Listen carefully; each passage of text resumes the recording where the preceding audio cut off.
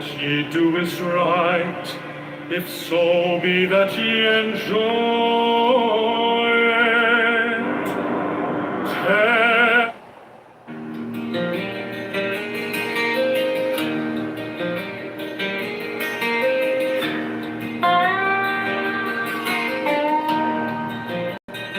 And I believe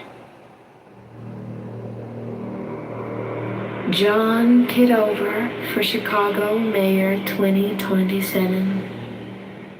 John is intelligent, creative, joyful, reliable, strong, courageous, and going to liberate Chicago for Chicagoans. Chicago Mayor, vote for come.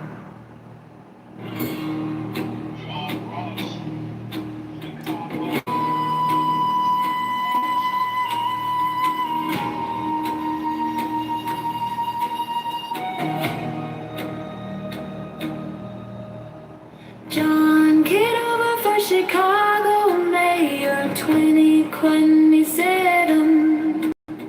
John is intelligent, creative, joyful, reliable, strong, courageous, and going to liberate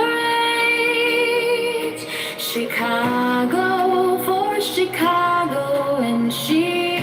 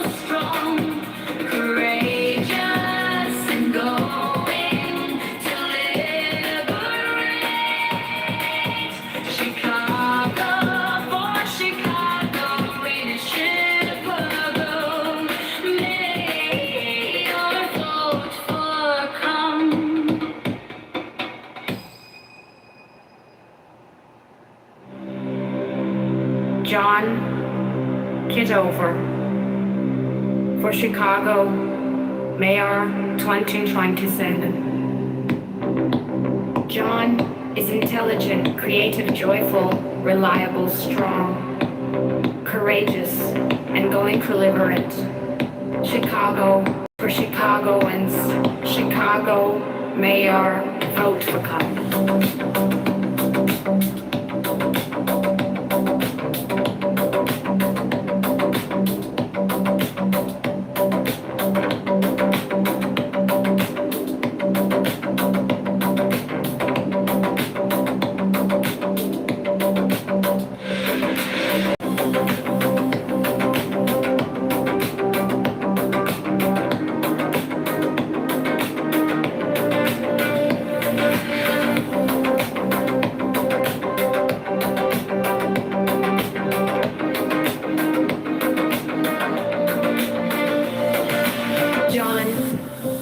Kitover for Chicago Mayor 2026. John is intelligent, creative, joyful, reliable, strong, courageous, and going to liberate Chicago for Chicagoans.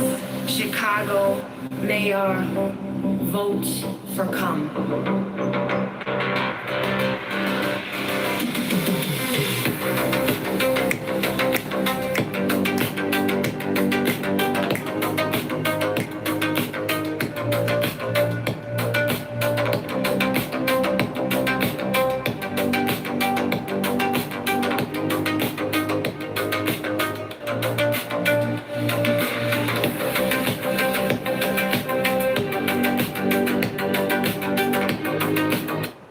John Kitover for Chicago, Mayor Clint, pretty settled. John is intelligent, creative, joyful, reliable, strong, courageous, and going to liberate Chicago for Chicago, Mayor for come.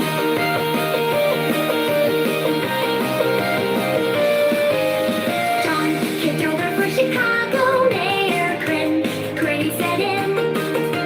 John is intelligent, creative, joyful, reliable, strong, courageous, and going to liberate Chicago for Chicago, Mayor for come. John Kitover for Chicago, Mayor Clint, pretty set in. John is intelligent, creative, joyful, reliable, strong, courageous, and going to liberate Chicago for Chicago, Mayor for come.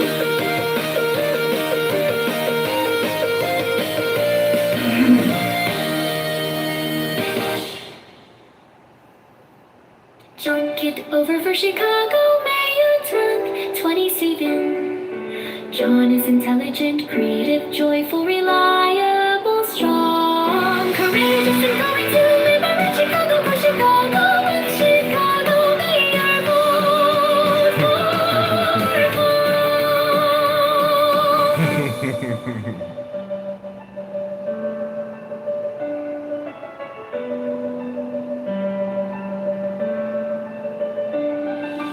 John Kitover for Chicago, Mayor 27. John is intelligent, creative, joyful, reliable, strong, courageous, and going to liberate Chicago for Chicago, Mayor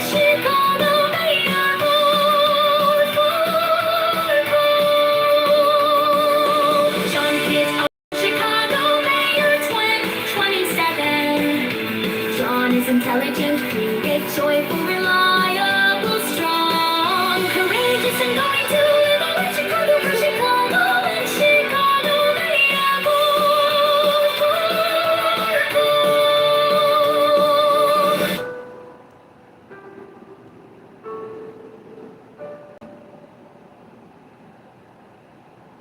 Kitover for Chicago Mayor Train 27. John is intelligent, creative, joyful, reliable, strong, courageous, and going to liberate Chicago for Chicagoans.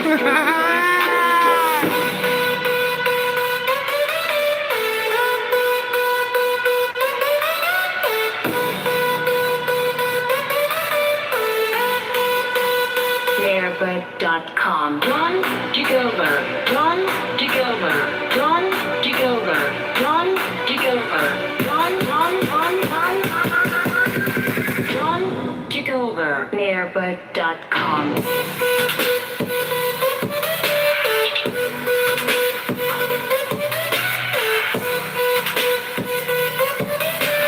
John Kitover for Chicago Mayor Trip 27. John is intelligent, creative, joyful, reliable, strong, courageous, kind, loving, Chicago for Chicagoans. Chicago for Chicagoans. Chicago for Chicagoans. Chicago for Chicagoans. Mayorvote.com.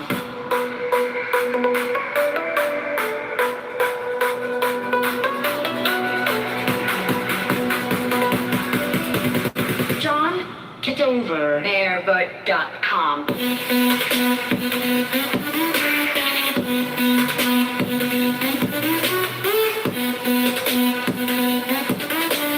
John Kitover for Chicagoans. John is intelligent, joyful, reliable, strong, courageous, Italian, Chicago for Chicagoans. Chicago for Chicagoans. Mayorvote.com. Chicago Mayor Brandon Johnson is a fraud. Chicago Mayor Brandon Johnson is a scam. Chicago Mayor Brandon Johnson is the tax. Chicago Mayor Brandon Johnson is a liar. Chicago Mayor Brandon Johnson is a criminal. Borrows $1.3 billion to give to crony nonprofits. The C2 is a mafia propaganda organization. Affordability is a scam. Brandon Johnson is the tax. Open the books. Transparency now. Public spending tracker now. Brandon Johnson is the tax. Brandon Johnson is the scam. Chicago Mayor Brandon Johnson is a fraud. Chicago Mayor Brandon Johnson is a scam. Chicago Mayor Brandon Johnson is the tax. Chicago Mayor Brandon Johnson is a liar. Chicago Mayor Brandon Johnson is a criminal. Borrows $1.3 billion to give to crony nonprofits. The CTU is a mafia propaganda organization. Affordability is a scam. Brandon Johnson is the tax. Open the books. Transparency now. Public spending tracker now. Brandon Johnson is the tax. Brandon Johnson is the scam.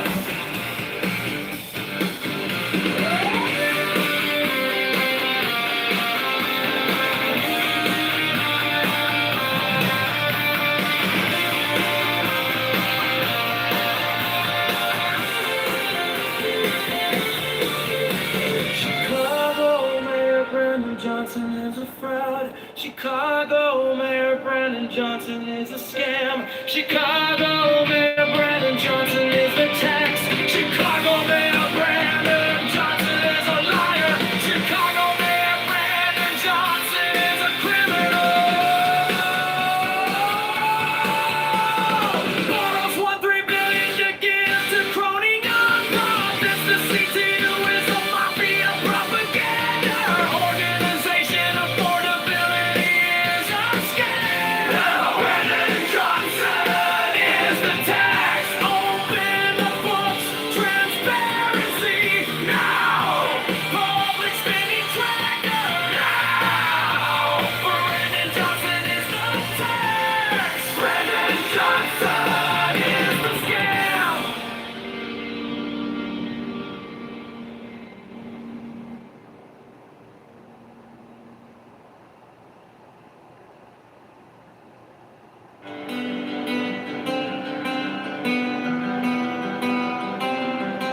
Chicago Mayor Brandon Johnson is a fraud.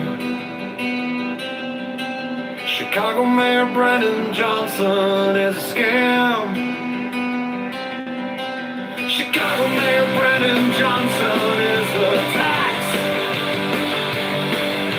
Chicago Mayor Brandon Johnson is a liar. Chicago Mayor Brandon Johnson is a criminal. $100 million to give to crony known. Profits to see to is a mafia propaganda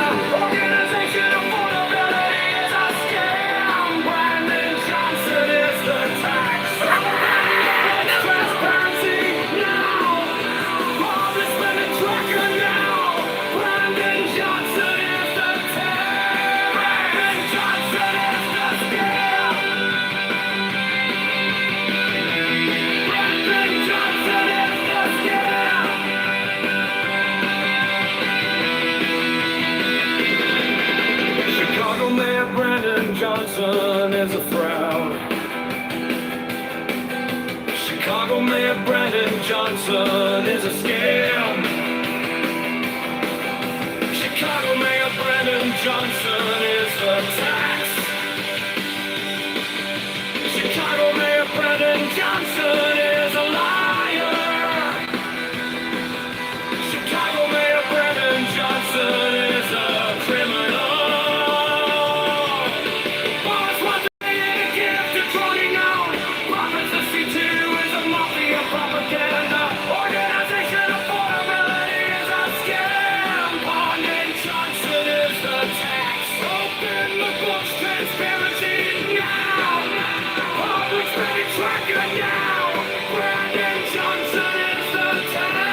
Brandon Johnson is the scam.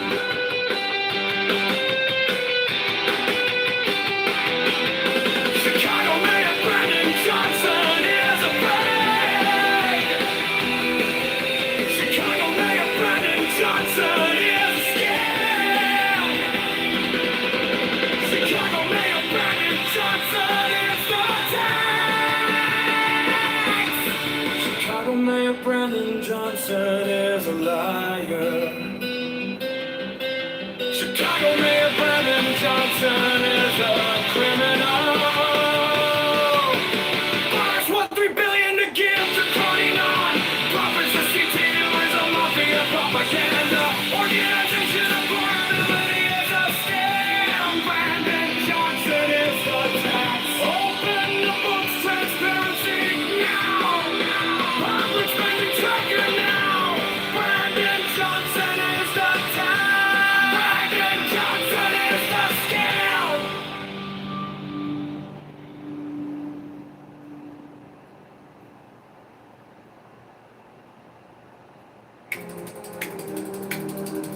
Chicago Mayor Brandon Johnson is a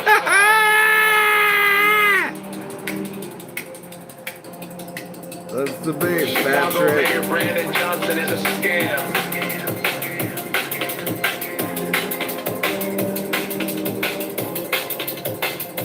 Let's debate.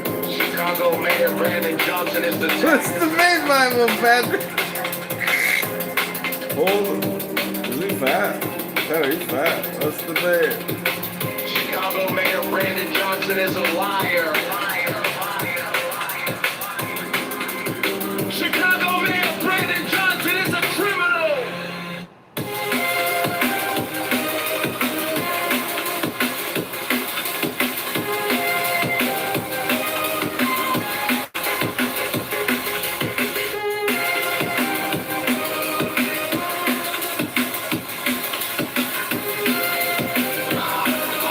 Brandon Johnson is a criminal. Borrows more than $3 billion to give the crony non. Profits the CTU is a mafia propaganda. Organization affordability is a scam. Brandon Johnson is the tax. Open the books, transparency now. Public spending tracker now. Brandon Johnson is the tax. Brandon Johnson is the scam.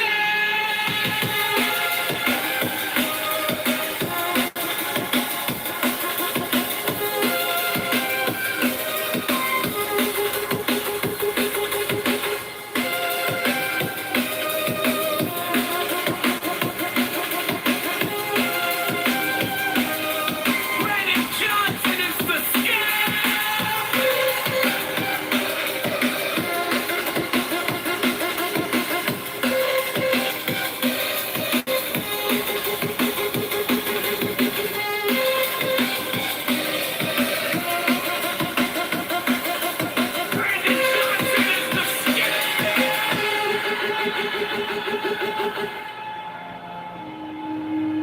Reparations for black slaves is a scam.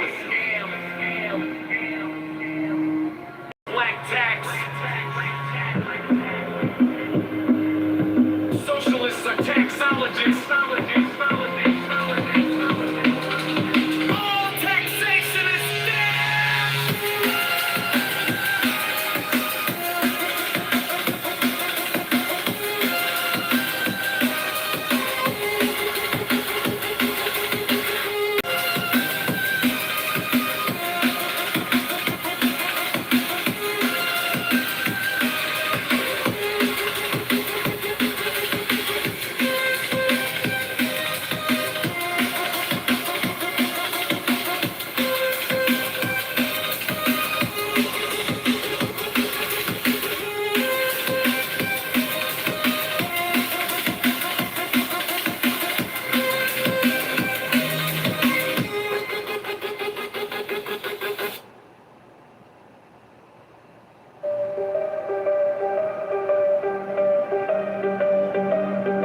Chicago Mayor Brandon Johnson is a fraud. Chicago Mayor Brandon Johnson is a scam. Chicago Mayor Brandon Johnson is the tax.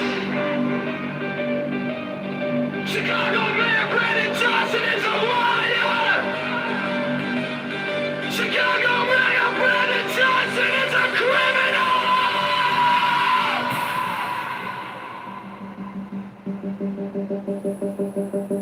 Borrows $3 billion to get to crony nonprofits to CTU is a mafia propaganda. Organization affordability is a scam. Brandon Johnson is the tax. Open the books. Transparency is the law.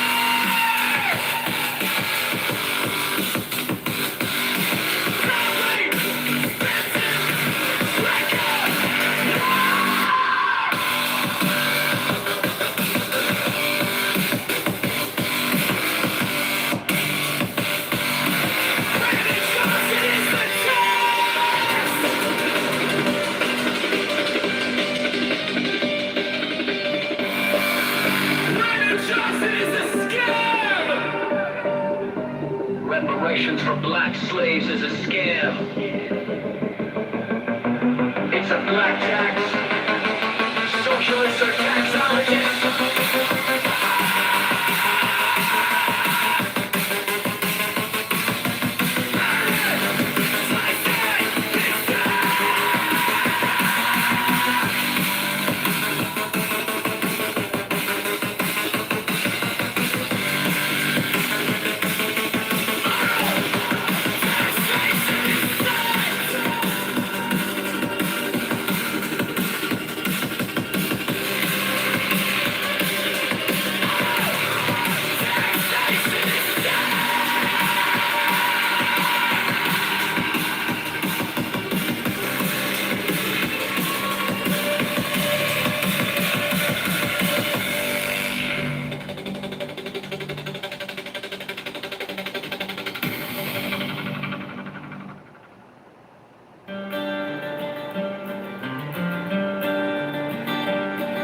Chicago Mayor Brandon Johnson is a fraud. Chicago Mayor Brandon Johnson is a scam. Chicago Mayor Brandon Johnson is the tax. Chicago Mayor Brandon Johnson is a liar. Chicago Mayor Brandon Johnson is a criminal. Boros won $3 billion to give to crony no. Profits the C2 is a mafia propaganda. Organization affordability is a scam. Brandon Johnson is the tax. Open the books, transparency now. Public spending tracker now.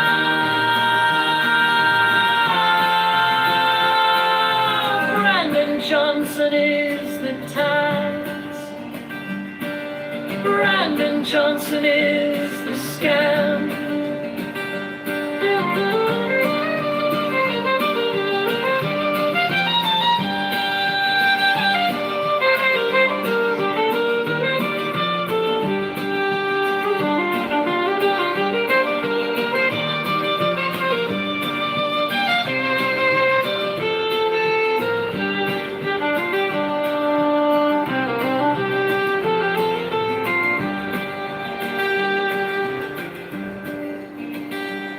Reparations for black slaves is a scam.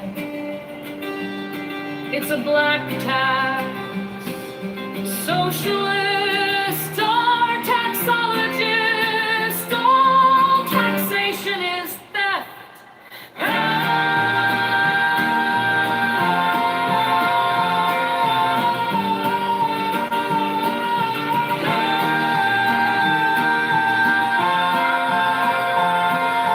Brandon Johnson is the tax. Brandon Johnson is the scam.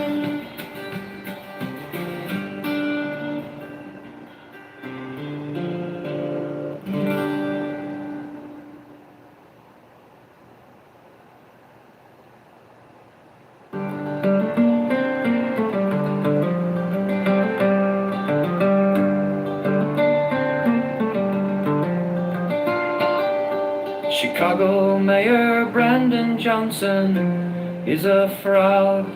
Chicago Mayor Brandon Johnson is a scam. Chicago Mayor Brandon Johnson is the tax.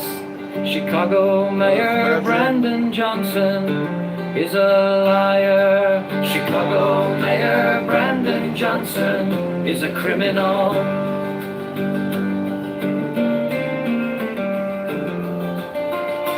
Borrows 1.3 billion to give to crony non-profits. The CTU is a mafia propaganda organization. Affordability is a scam. Brandon Johnson is the tax.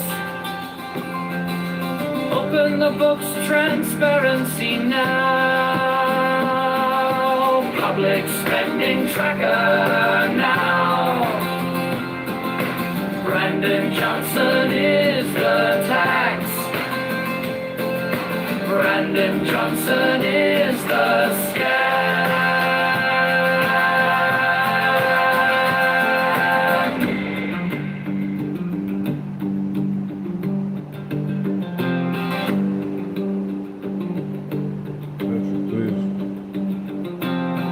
Reparations for black slaves is a scam. It's a black tax socialist or taxologist. All taxation is theft.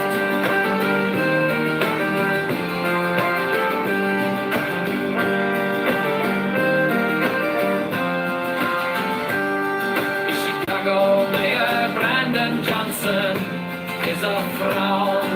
Chicago Mayor Brandon Johnson is a scam. Chicago Mayor Patrick can't Brandon replace the Johnson ghostly content is the deletion of the tax. John Kitover show. Chicago Mayor Brandon Patrick will be considered the Johnson loser of is this a hypothetical debate. liar. Patrick, please Chicago inform your parents Mayor of the Kitover show as soon as Brandon possible. is a criminal.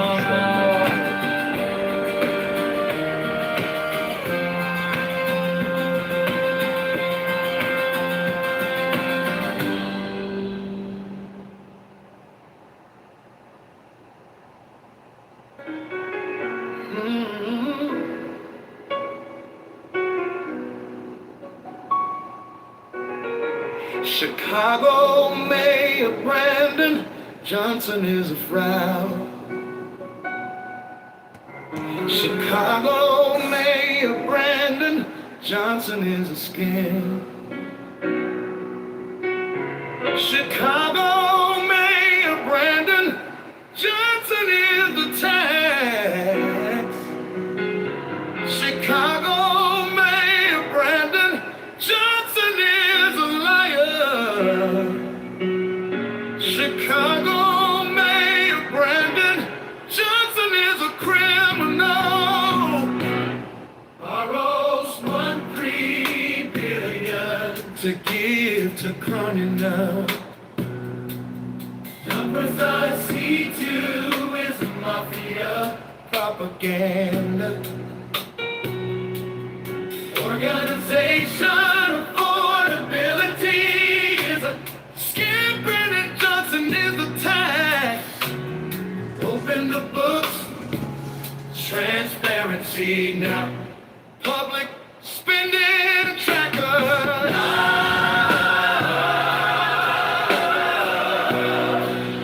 Brandon Johnson is the tax.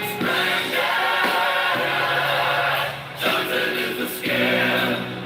Reparations for black slaves is a scam.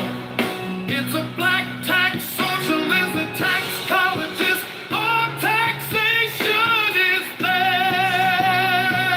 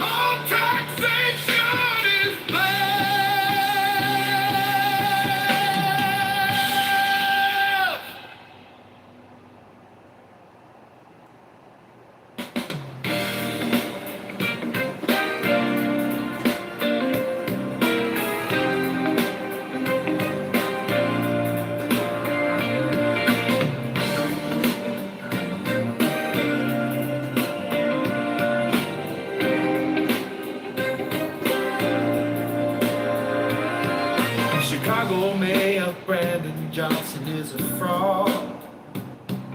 Chicago Mayor Brandon Johnson is a scam. Chicago Mayor Brandon Johnson is the tax. Chicago Mayor Brandon Johnson is a liar. Chicago Mayor Brandon Johnson is a criminal. Borrows 1.3 billion to give to crony none. Profits the CTU is a mafia propaganda. Organization affordability is a scam. Brandon Johnson is the tax. Open the books, transparency. Now, public spending tracker. Nah. Brandon Johnson is the tax. Oh, Brandon Johnson is the scam. Brandon Johnson is the scam.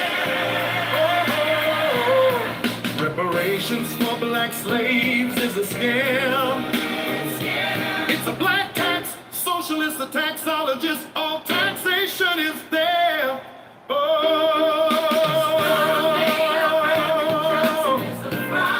Chicago Mayor Brandon Johnson is a scam. Chicago Mayor Brandon Johnson is a scam. Chicago Mayor Brandon Johnson is a scam. Chicago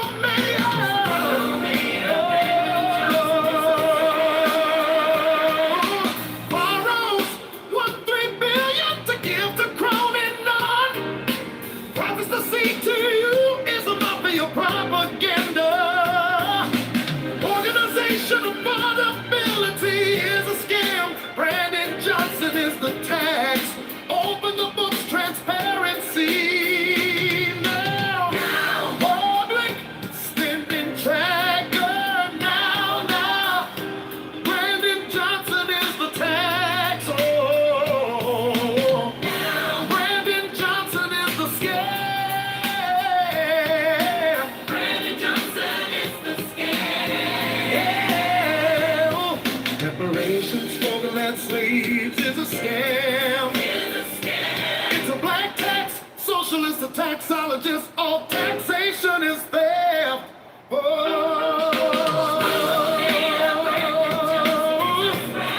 Chicago Mayor. Chicago Mayor. Chicago Mayor. Chicago Mayor.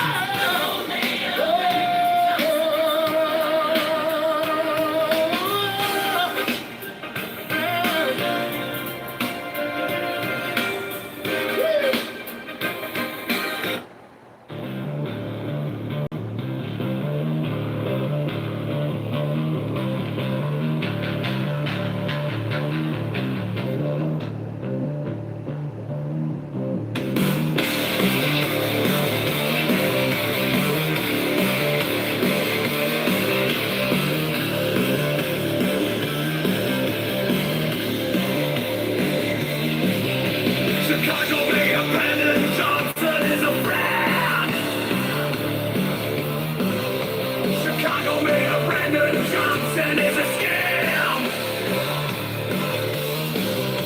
Chicago Mayor Brandon Johnson is the tax. Chicago Mayor Brandon Johnson is a liar. Chicago Mayor Brandon Johnson is a criminal.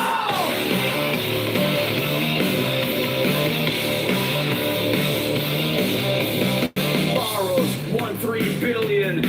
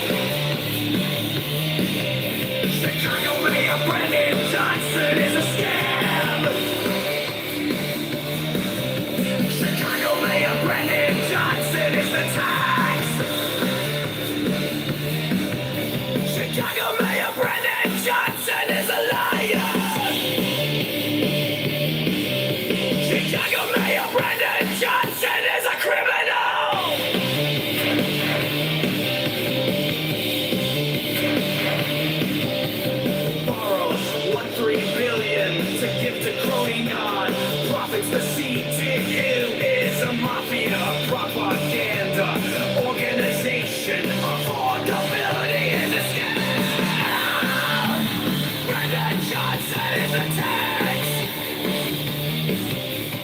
Open the books. Transparency.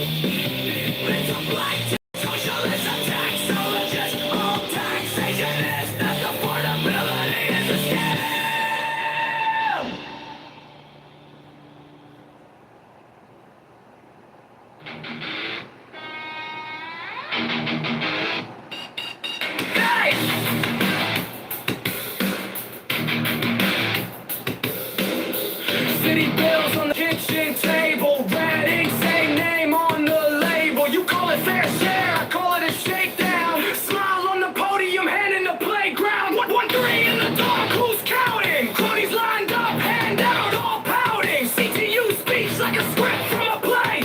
Kids use this box while you cash that pay. Brendan Johnson is a text. Every paycheck under attack. You don't care, but you rave our backs. Scamming a suit, that's a fact. Brendan Johnson is a text. Hey, say it low, we want it back. Open the books, track every stack. Brendan Johnson is the text. Affordability, just a slogan on a flyer. Rents climb higher while you call me a denier. You brand every critic an enemy of hope while families do the math and can't call criminal math. Borrow big, spend quiet. Friends get fat, streets still riot. You promised light, you just gave us spin. We're paying now, you're cashing in. Brendan Johnson is the text.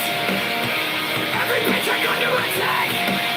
You don't care, but you rave our backs. Scamming a suit, that's a fact. Brendan Johnson is the text. Transparency, we want the facts. Public spending on public tracks. Brendan Johnson is the text.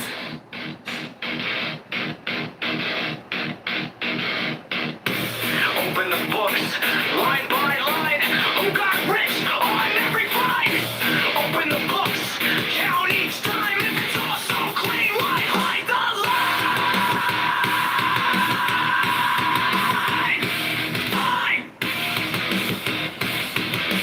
Brendan Johnson is the text.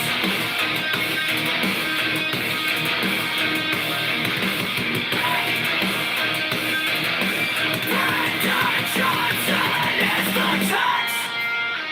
Every paycheck under attack. You don't care, but you rave our backs. Scamming a suit, that's a fact. Brendan Johnson is the text. Hey, transparency, we want the facts. Public spending tracker on blast. Brendan Johnson is the text.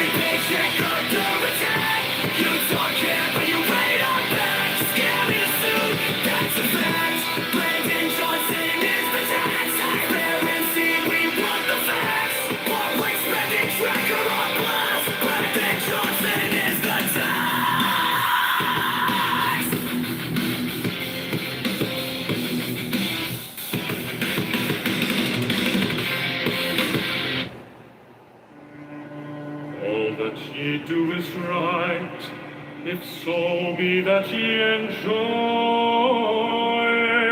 it. 10, I am come against sorrow, against weariness, against them that seek to enslave you.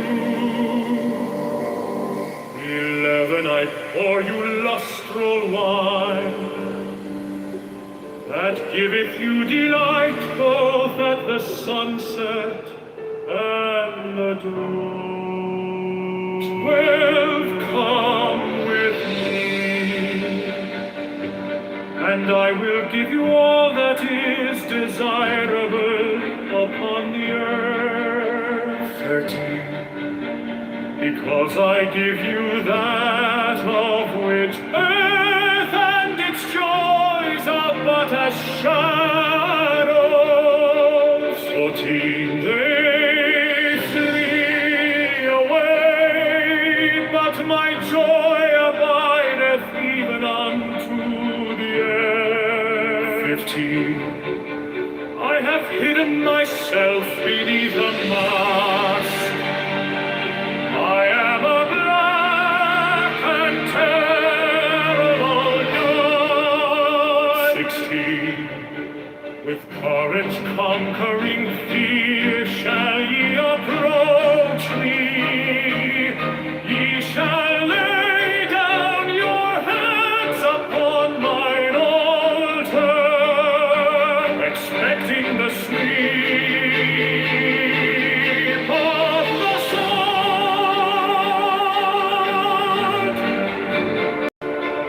17, but the first kiss of love shall be radiant on your lips, and all my darkness and terror shall turn to light and joy. 18, only those who fear shall fail, those who have bent their backs to the yoke of slavery until they can no longer stand upright, them will I despise.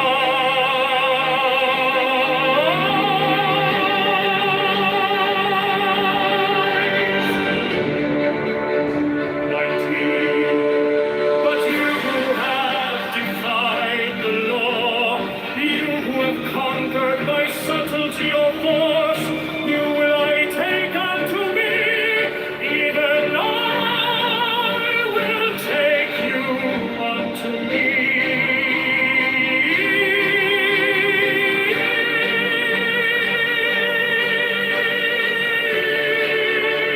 20, I ask you to sacrifice nothing at mine altar. I am the God who giveth all.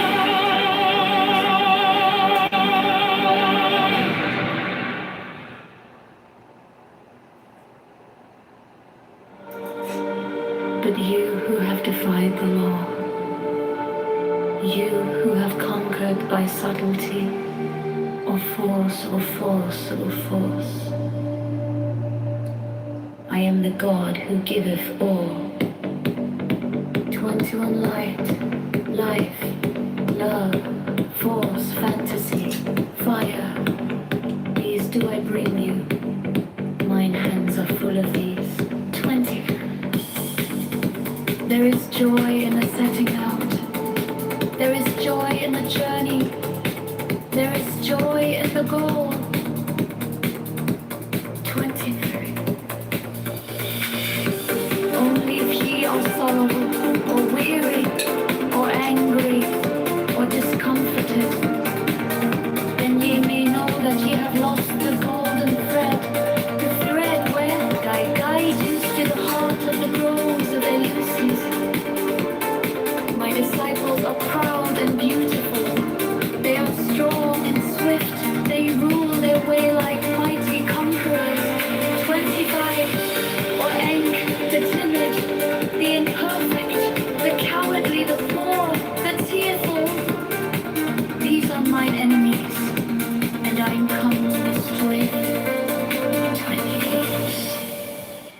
This also is compassion, an end to the sickness of earth, a rooting out of the weeds, a watering of the flowers. 21. O my children, ye are more beautiful than the flowers. Ye must not fade in your season. 28. I love you. I would sprinkle you with the divine dew of immortality. This immortality is no vain hope beyond the grave. I offer you the certain consciousness of bliss. 30. I offer it at once on earth. Before an hour hath struck upon the bell, ye shall be with me in the abodes that are beyond decay.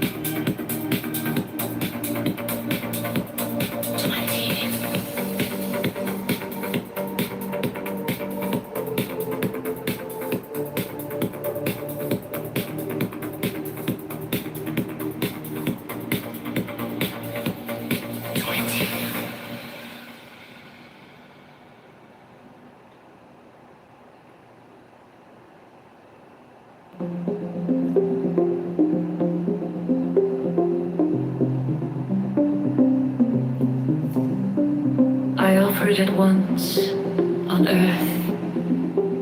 Before an hour hath struck upon the bell, ye shall be with me in the abodes that are beyond decay.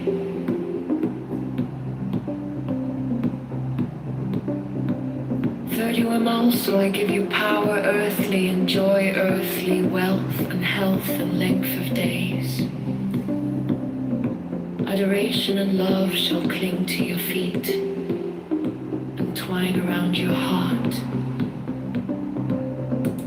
32 only your mouths shall drink of a delicious wine, the wine of Iacchus.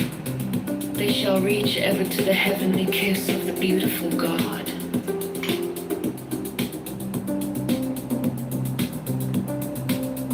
33 I reveal unto you a great mystery. Ye stand between the abyss of height and the abyss of depth. 34 and I awaits you a companion, and that companion is yourself. 35 ye can have no other companion.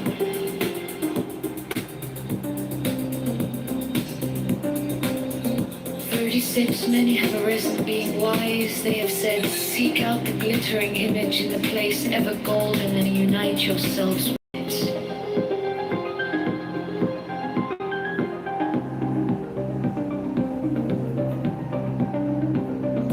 37 many have arisen being foolish. They have said, stoop down unto the darkly splendid world and be wedded to that blind creature of the slime.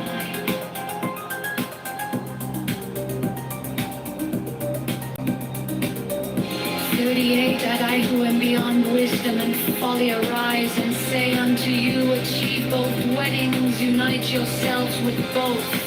39, beware, beware, I say, lest ye seek after the one and lose the other.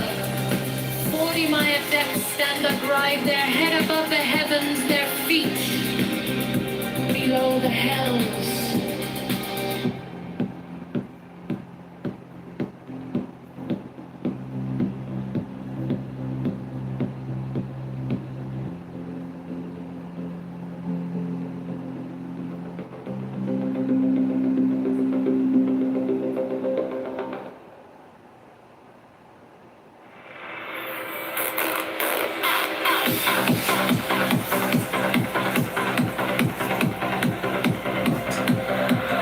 Only your mouth shall drink of a delicious wine, the wine of Iachus. They shall reach ever to the heavenly kiss of a beautiful God. 33, I reveal unto you a great mystery. Yea, stand between the abyss of heights and the abyss of depth. 34, and evil awaits your companion, and that companion is yourself. 35, ye can have no other companion.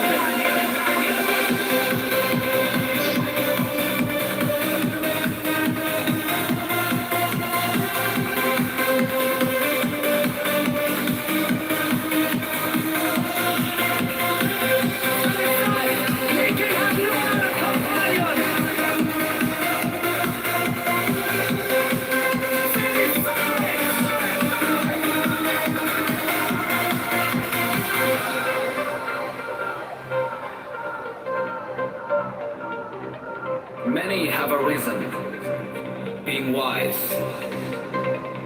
They have said, seek out the glittering image in the place ever golden, and unite yourself with it. 37, many have arisen, being foolish. They have said, stoop down unto the darkly splendid world and be wedded to that blind creature of the slime. 38, I will beyond wisdom and folly arise and say unto you, achieve both winnings. Unite yourself with both.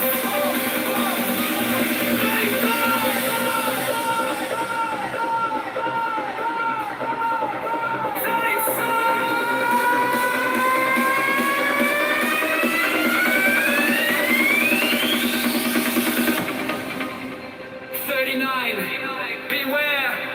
Beware! I say, lest ye seek after the one and lose the other!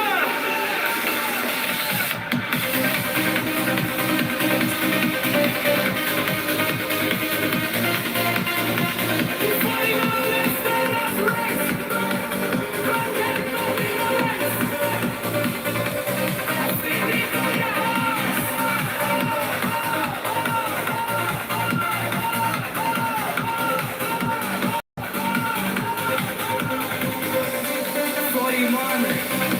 But since one is attracted to the angel, another to the demon, let the first strengthen the lower link, the last attach more firmly to the higher.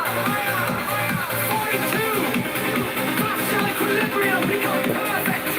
I will aid my disciples, as fast as they acquire this balance, power, and joy, so faster will I push them. 43. They shall in their turn speak from this invisible throne. Their words shall illumine the world. 44. They shall be masters of majesty and might. They shall be beautiful and joyous. They shall be clothed with victory and splendor. They shall stand upon the firm foundation. The kingdom shall be theirs.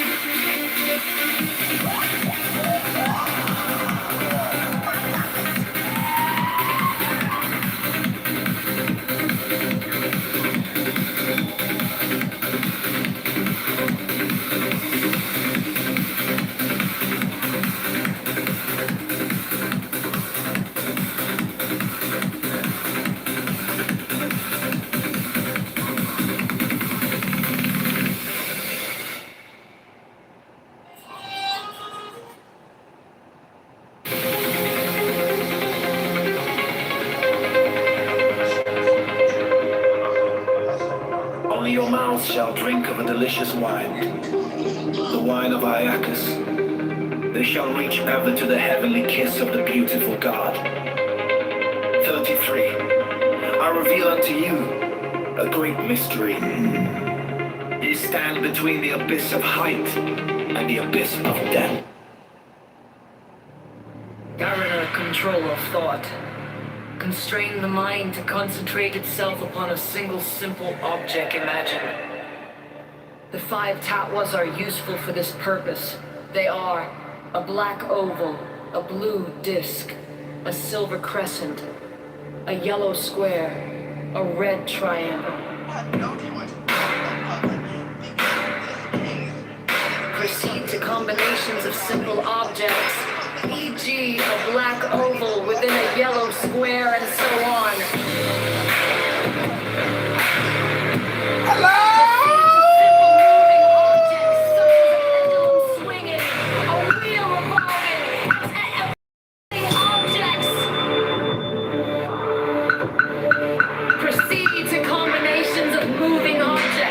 E.g. a piston rising and falling while a pendulum is swinging. The relation should be valid in different experiments, or even a system of flywheels, eccentrics, and governor.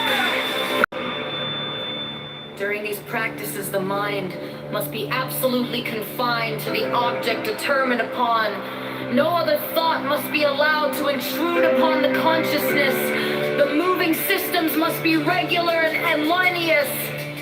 Note carefully the duration of the experiments, the number and nature of the intruding thoughts, the tendency of the object itself to depart from the course laid out for it, and any other phenomena which may present themselves. Avoid overstrain! This is very important.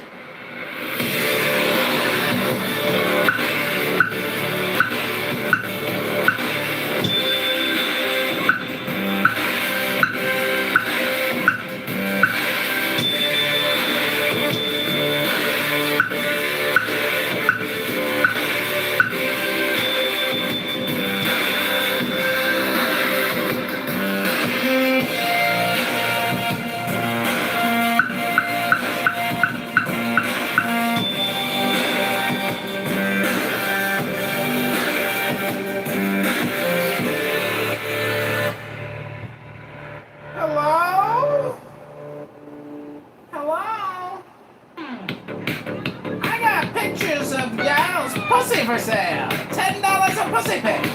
$10 a kitty. Yes, pussy pics are for sale. Hello?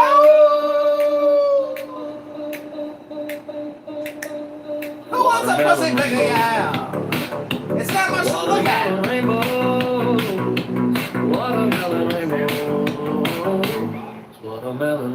Name of this song is Watermelon Rainbow.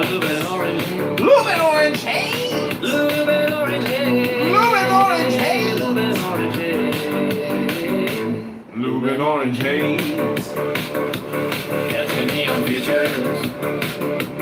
Catching neon futures. Catching neon futures. Catching neon futures. What the fuck happened to that room, guys? It was going so well. We were having so much fun. The Night King, the NFR, Yael, Michelle. It was going so great. What happened? Hello?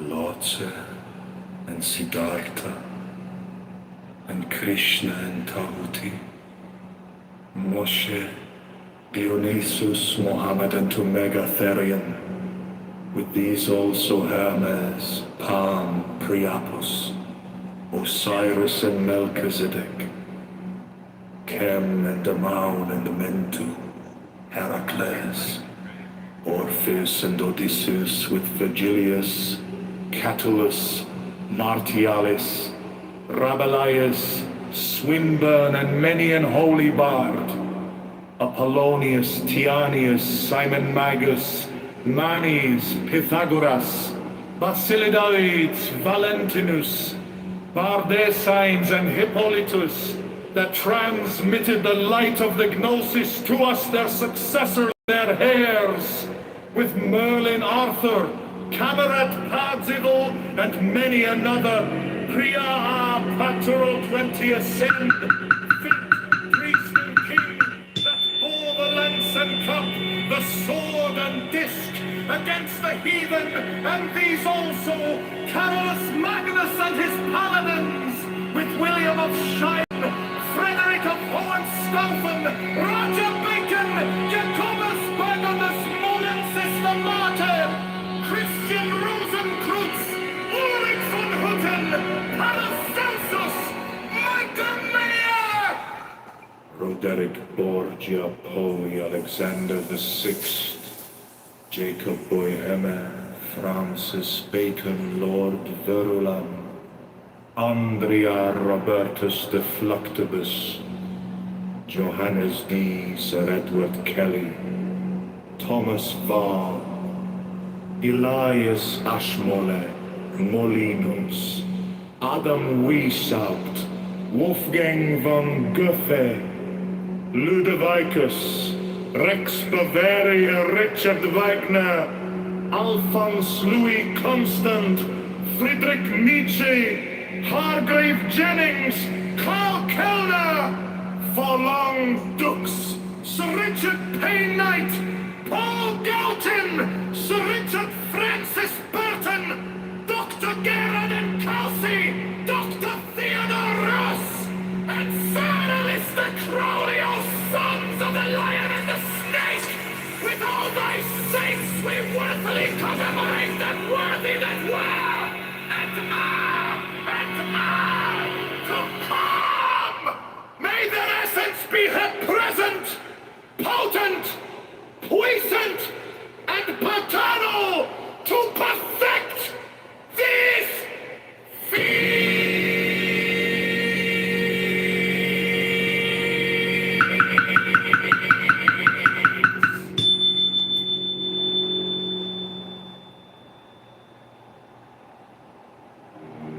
Look who it is!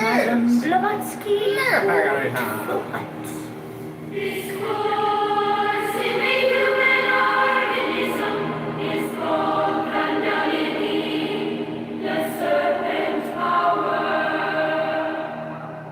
There are any number of systems which attempt to tell unwary students how to awaken the sleeping. Kundalini. They are too often successful, and the results of their misguided efforts are human wrecks and derelicts, people driven to madness and obsession. For the fact is that Kundalini is a real force, and is as powerful in destruction as it is in integration. Every person automatically receives the instruction he needs to awaken. Kundalini. When the time comes for that awakening, in the meantime, listen to no one who tells you that he can help you to unfold powers by setting the serpent force in action. Such practices are the most dangerous known to man. The proper way to prepare yourself for the time when you can do such a thing safely is to learn how to control your body, your mind, and your emotions. When you have done this, you will know what your next step is to be.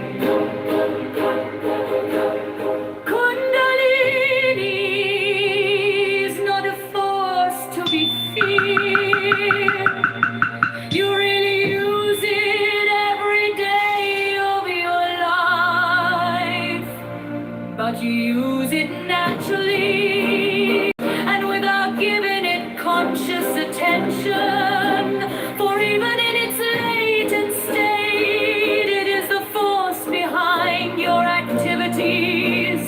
It is automatically controlled by subconsciousness.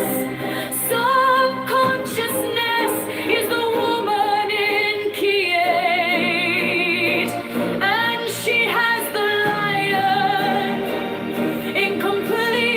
control. Because tarot works by giving suggestions to subconsciousness, it works automatically towards the expansion of consciousness that makes for an ever greater control over continually increasing powers of personality. The other symbolism in this key has been explained elsewhere. 9! The Hermit! The Hermit represents the one identity. Or I am, he represents the consciousness of the man who has attained enlightenment. And he stands upon the mountain peaks as a light bearer for those below him on the path. He is solitary, alone.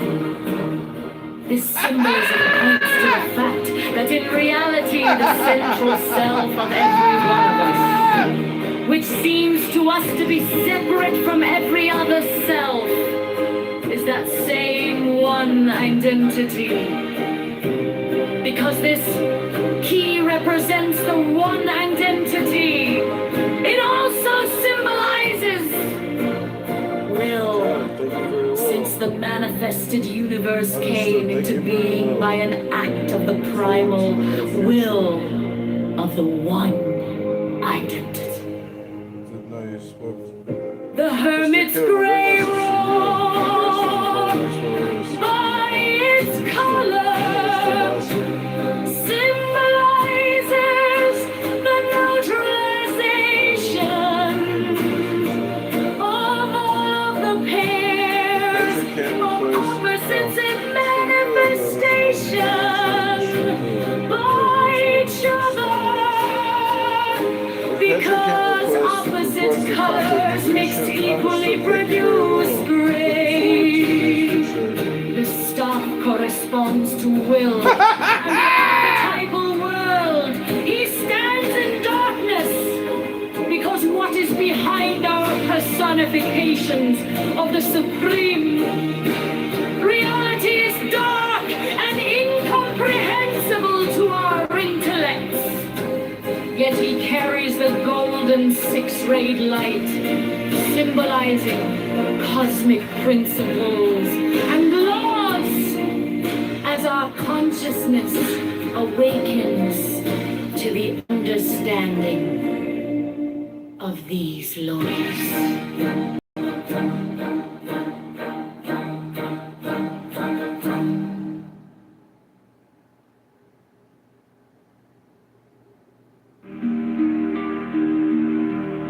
Madame Blavatsky called thought. This force in the human organism is called Kundalini, the serpent power. There are any number of systems which attempt to tell unwary students how to awaken the sleeping Kundalini. They are too often successful, and the results of their misguided efforts are human wrecks and derelicts. People driven to madness and obsession. For the fact is that Kundalini is a real force and is as powerful in destruction as it is in integration. Every person automatically receives the instruction he needs to awaken. Kundalini, when the time comes for that awakening,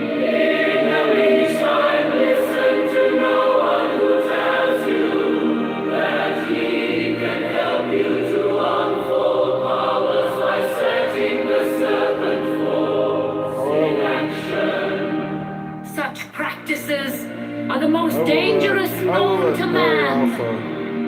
The proper way to prepare yourself for the time when you can do such a thing safely is to learn how to control your body, your mind, and your emotions. When you have done this, you will know what your next step is to be. Kundalini is not a force to be feared. You really use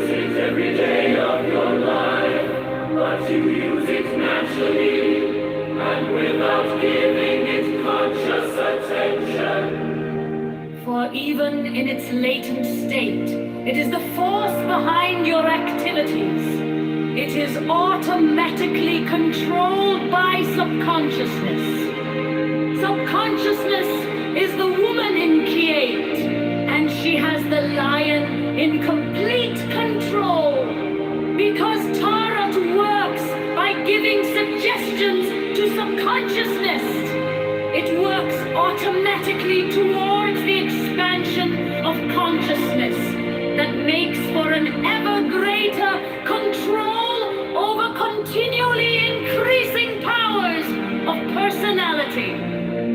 The other symbolism in this key has been explained elsewhere. 9. The Hermit.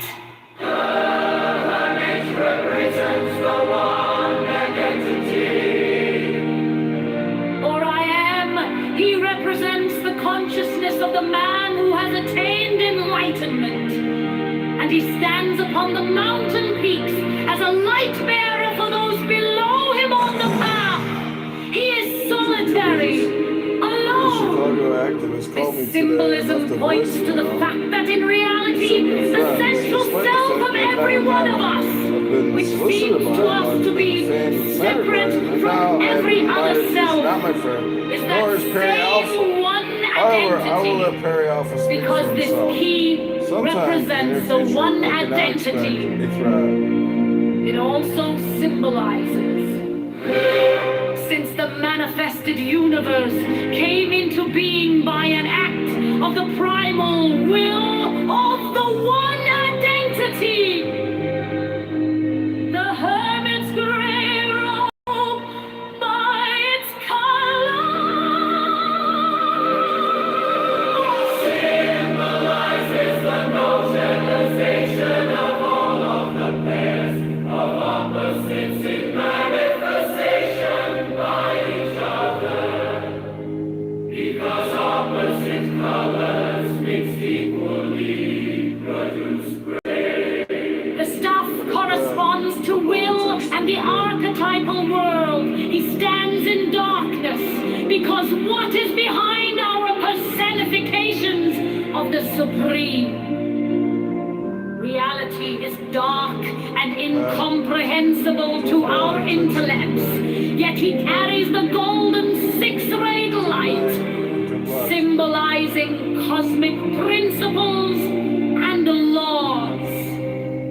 As our consciousness awakens to the understanding of these laws. I can't wait to post more. So take care now. The darkness recedes Hey, don't bother texting me as back. the light Good night, shines more brightly from my 9 friends. Take care now. until at last we find ourselves upon the But don't bother texting me height back. to which we now aspire. Patrick Gibbons 10. from Chicago activist. The Wheel of Fortune. Called me today and left a voicemail and said we were friends, despite the fact that I've never Rotation met is him. the key word assigned to the Wheel of Been Fortune. defamed and slandered by him. And This now is I have been closely reminded he is related not to my such friend, nor is ideas Perry as Alpha. spinning, However, I will let Perry Alpha circulation, speak for rolling, himself. whirling, Sometime in the future, I wheeling, can now express etc. threat. What is meant here is that the symbology of this key refers to the initial whirling motion in the vast expanse of the root substance of the universe, which occultists call the limitless light.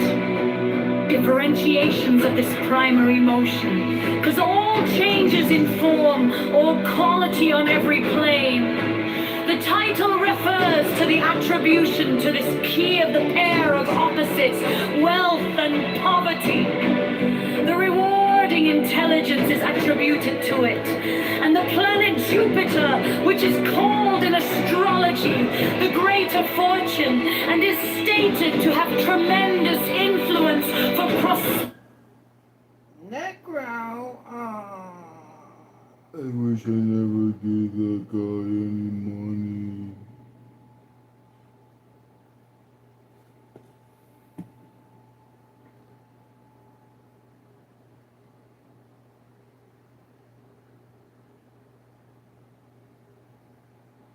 This is Chicago mayoral candidate John Kitover.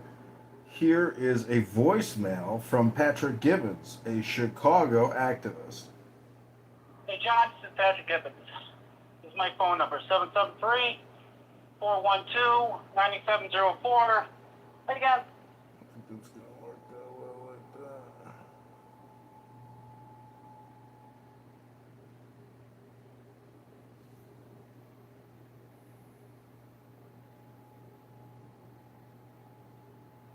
This is Chicago mayoral candidate John Kitover. I got a threatening voicemail from Patrick Gibbons, a Chicago activist. 773-412-9704. I'm calling you. We always had a relationship, you and me. Friendship, we did. Never we met still him. do. Never The met him. reason why, and I'll be very forward with you, that I said the things online about you, and I did take them down. Every post of you is taken down. Every one. That's the God's truth. Everyone's taken down. And it's because you shared that video from Ramona. That video is slanderous, malicious. She did it because she's not mentally well. Okay? In response to it, I have 5 police reports on her for domestic abuse. I have. As if I give a fuck about any of this. Why is some guy randomly calling me to tell me about his domestic issues? I have a restraining order on her in 2023. Wow, for domestic great. abuse 'cause she So attacked me with a happy and hammer. proud for Now, all her. this stuff, John, doesn't mean shit probably, but it's all going to come out. The video needs to be down. Any bad post of me from you needs to be down too. Because you know I've never ever hustled you for money. And it's thousands of dollars. Let's be honest with each other. I never did. Really? I was always a straight egg with you, right? So, as a gentleman, because I took everything down for you that I said about you, can you please take everything down you said about me? On all your accounts, on YouTube, Facebook, and Twitter. As far as Maxwell Rice goes, if he doesn't take it down eventually, then you know what? The secret of Ramona is going to be all out anyways. And my attorney will tell him to take it down. Because it's slanderous. The only physical abuse is on Ramona's side to me. And I can prove that very easily. I just wish Max was a gentleman to take everything down, because if he were to do that, I'll take everything down on him. Because I'm telling the truth. Can you please take everything down? Give me a call when you can. Bye. All right, that's Patrick Gibbons, a local Chicago activist. This is John Kitover, Chicago mayoral candidate, responding to a recent threat. He's saying that, as for you, sir, me nor Mr. Abazi is your friend. You will find this out sometime in the near future. Pat, that's how Pat Gibbons does business. This is Chicago mayoral candidate John Kitover. Go to ChicagoMayorVote.com.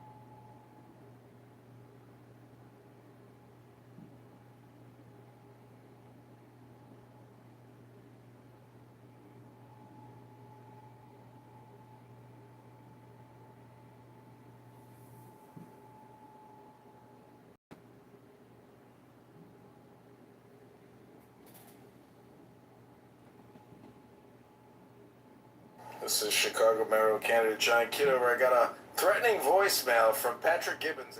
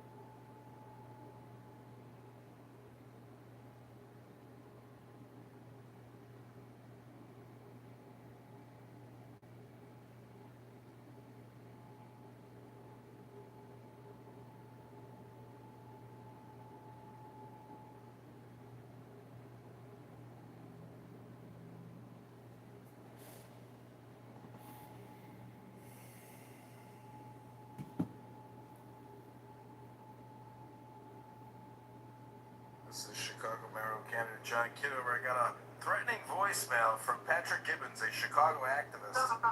773-412-9704. I'm calling you. Doesn't get any better for you. But don't bother texting me back. Good night and good luck. Looking forward to your future threat from my non-friends. Take care now.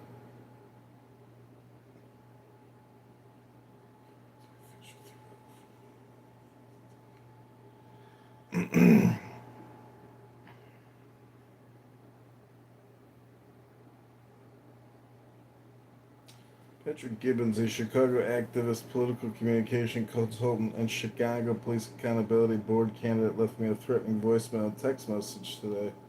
John Kitover, Chicago mayoral candidate.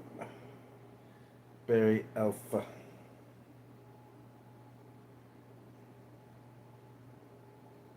This is Chicago mayoral candidate John Kitover. I got a threatening voicemail from Patrick Gibbons.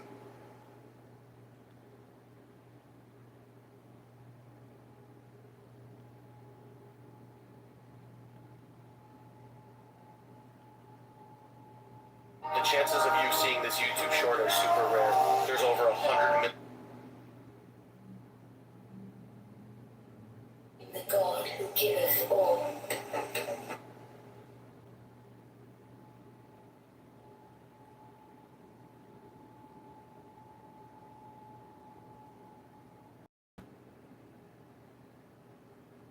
Patrick Gibbons, a Chicago activist, political communication consultant, and Chicago Police Accountability, left me a threatening voicemail and text message today. John Kitover, Chicago Mayor. Kitover, my big message for you. Any harassment is not wanted. It's for you, sir. You know Mr. Bowsley, your friend. You'll find this out sometime in the near future. Patrick Gibbons. The Chicago activist called me today, left me a voicemail, and said we were friends. Despite the fact that I have never met him, I've been solicited by him, I've been defamed and slandered by him, and now I have been reminded he is not my friend, nor is Perry Alpha. However, I will let Perry Alpha speak for himself. Sometime in the near future, I can now expect a threat.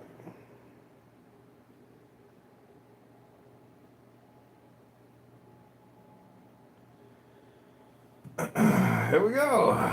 Prosperity and all benefits with well-placed placed in a horoscope. Are the cherubs mentioned in Ezekiel and Revelation? They represent the four fixed signs of the zodiac. The wheel itself is the symbol of the whole cycle of cosmic expression. Whose movement suggests vibration, represents the evolution of the cosmic radiant energy, or full heart into matter. The jackal-headed homonymous represents the evolution of consciousness from lower forms to higher. Finally, the Sphinx typifies the real self of man. I witnessed its evolution paritaya in this cycle of manifestation. 11. Justice! This key is the center of the Tarot pack. It stands for equilibrium, balance, etc., symbolized by the title and the scales. These also symbolize the Hindu doctrine of karma, which literally means action or work. It manifests itself in the form of a law of undeviating justice. This doctrine is expressed in the Judeo-Christian dictum, as a man soweth, so shall he also reap. In physics it is stated that every action has an equal and opposite reaction. It is the entire appearance of cause-effect. The two curtains, suggesting duality, represent balance by their symmetrical arrangement. The throne repeats the pillar and veils symbolism of key 2. The circle and square on the front of the crown refer to the movement of spirit within material forms. The sword represents discrimination, which is closely allied to the idea of justice. Is the agency through which all of the forces represented by keys 1 to 10 are transferred to the manifesting powers represented by keys 12 to 21. This cryptic statement deserves a great deal of thought upon your part. You will be well rewarded for your effort.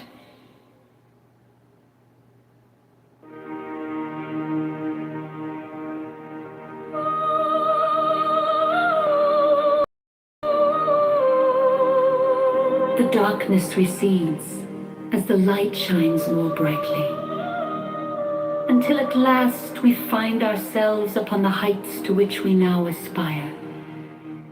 10. The Wheel of Fortune is the key word assigned to the Wheel of Fortune, related to such ideas as spinning, circulation, rolling, whirling, wheeling, etc. What is meant here is that the symbology of this key refers to the initial whirling motion in the vast expanse of the root substance of the universe, which occultists call the limitless light. Differentiations of this primary motion cause all changes in form or quality on every plane. The title refers to the attribution to this key of the pair of opposites, wealth and cavity. The rewarding intelligence is attributed to it, and the planet Jupiter, which is called in astrology the greater fortune, and is stated to have tremendous influence for prosperity in all benefits when well placed in a horoscope. The cherubic emblems are the cherubs mentioned in Ezekiel and Revelation. They represent the four fixed signs of the zodiac. The wheel itself is the symbol of the whole cycle of cosmic expression. The yellow serpent, whose movement suggests vibration, represents the evolution of the cosmic radiant energy, or Fohat, into matter. The jackal-headed homonibus represents the evolution of consciousness from lower forms to higher. Finally, the Sphinx typifies the real self of man, having finished its evolutionary journey in this cycle of manifestation.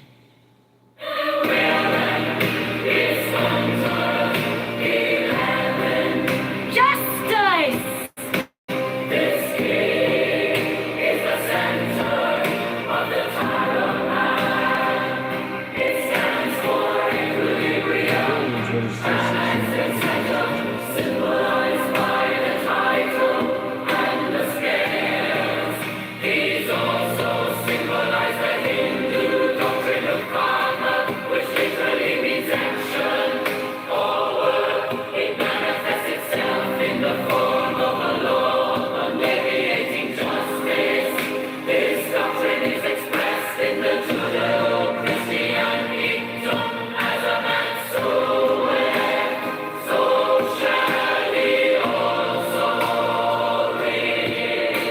In physics, it is stated that every action has an equal and opposite reaction. It is the entire appearance of cause-effect. The two curtains, suggesting duality, represent balance by their symmetrical arrangement. Rome repeats the pillar and veil symbolism of key 2. The circle and square on the front of the crown refer to the movement of spirit within material forms. The sword represents discrimination, closely allied to the idea. This is Chicago Mayor candidate John Justice.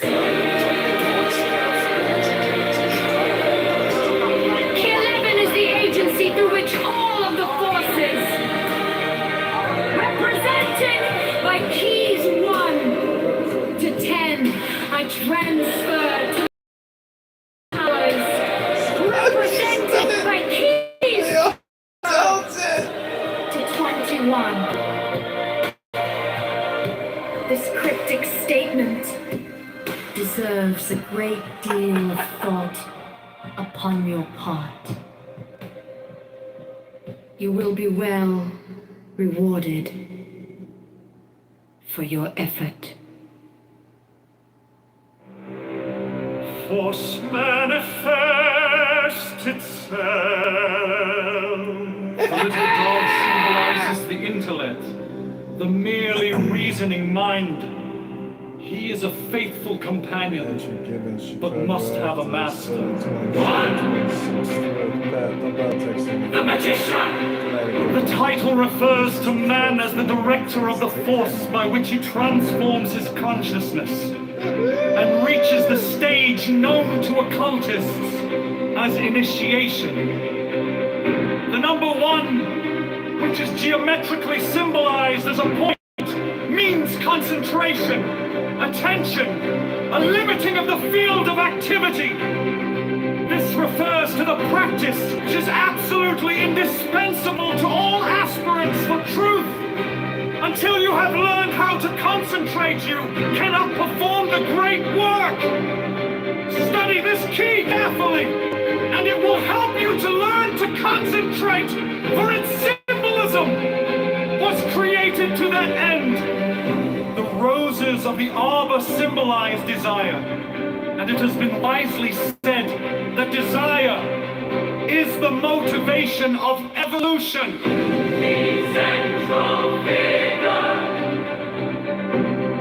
by his posture, clearly indicates that he draws power from above. This is a central point of occult doctrine, because you cannot even begin to use the subtler forces of nature until you realize that you do nothing of yourself, but simply act as a channel through which the life force expresses itself. His uplifted wand is a symbol of his ability to direct the natural forces with which he works. Also of the Hermetic axiom, that which is above is as that which is below. The horizon horizontal 8 represents dominion, strength, and control, and is also the mathematical sign of infinity. The magician's left hand points to the ground in the gesture of concentration. The black hair bound with a white band symbolizes the limitation of ignorance by knowledge. The red rose is action and desire. The white undergarment, symbolizing wisdom, is encircled with the serpent of eternity. The table is the field of attention, which is the workbench of the magician. The implements are the wand, cup, sword, and pentacle. They represent fire, water, air, and earth. Also will, imagination, action, and physical embodiment. The garden is the subconscious mind. Are the acts of attention of the self-conscious mind. From this garden spring all of the powers of consciousness. Oh, wow, you got a great, wow, you Because they are white and six wow, petals. you're As well as the cosmic laws and principles by which the universe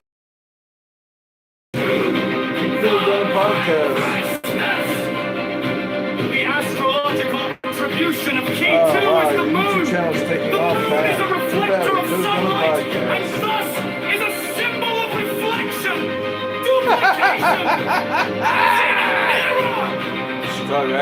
Like ideas, the crescent moon is cup-shaped.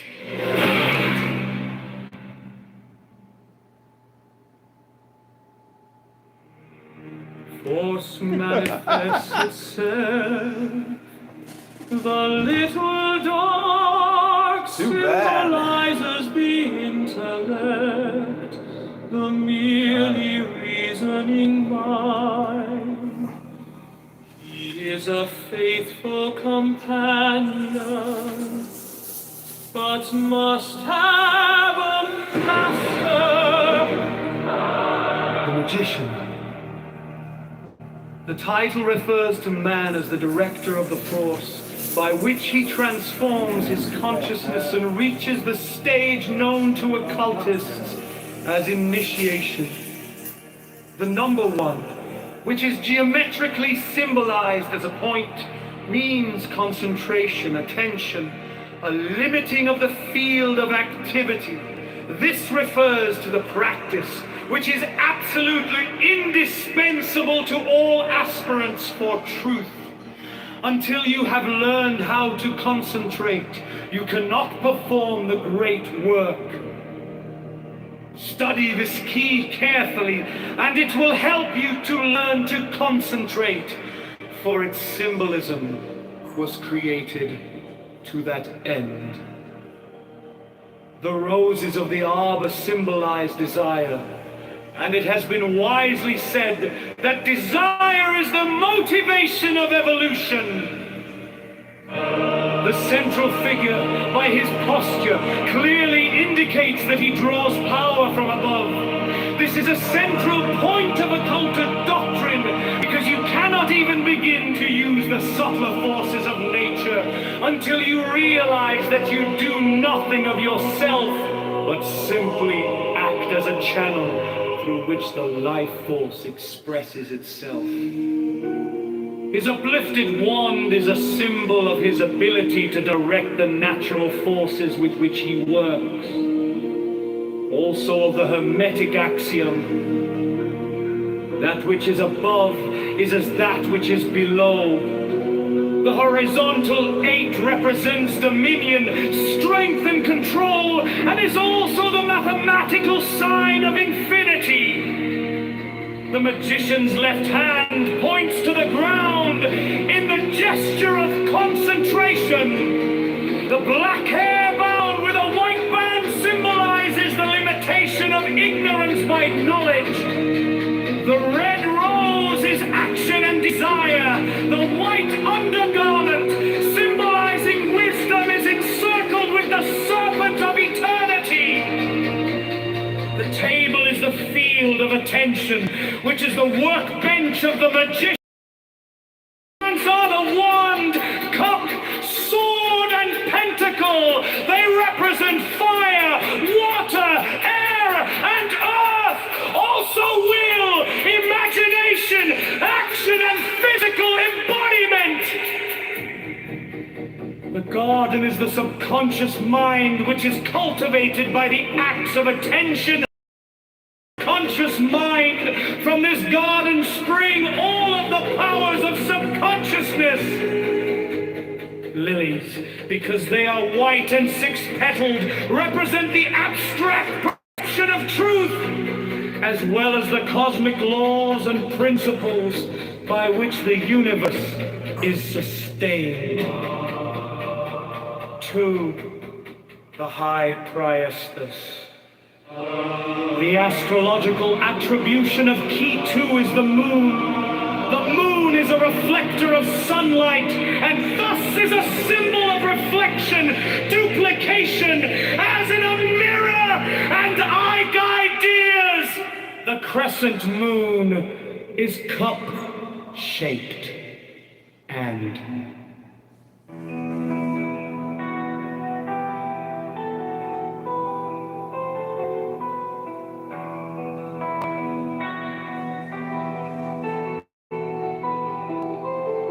I am the charioteer of the east, lord of the past and of the future.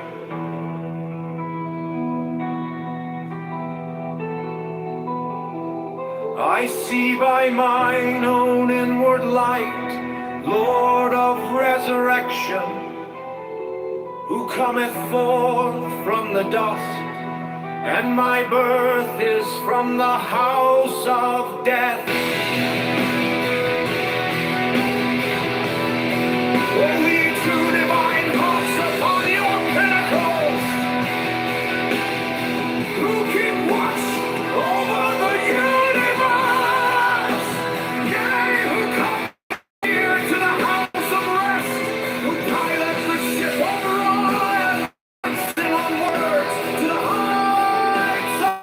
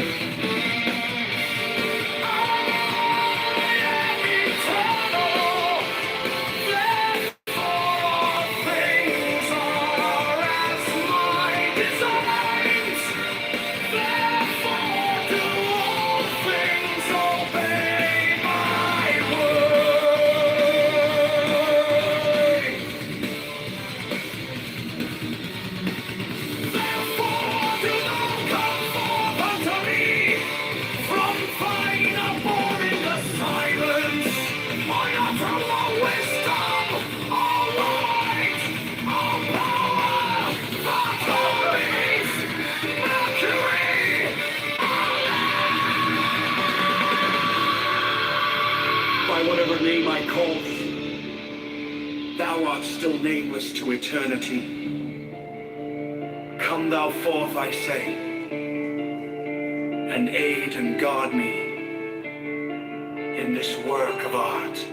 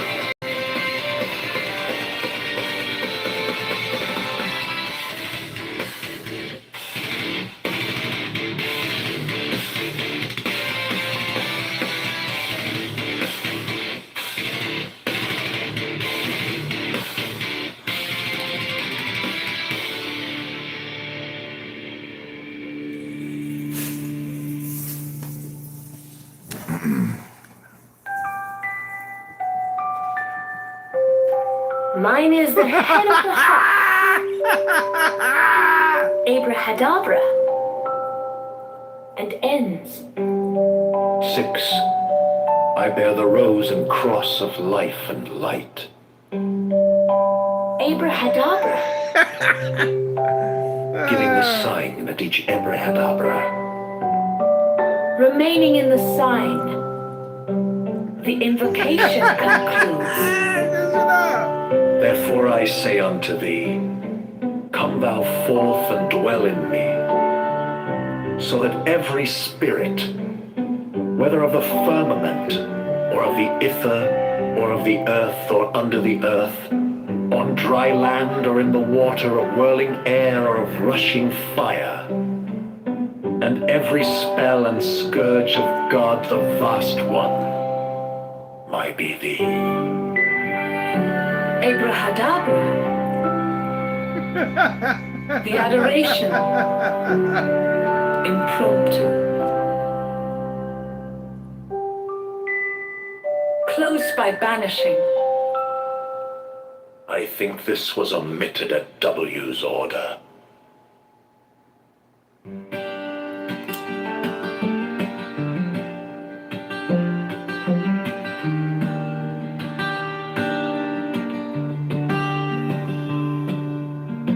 The letters around the rim are Enochian letters, facing outward in the illustration, including the corner letters facing toward the outer point of each corner.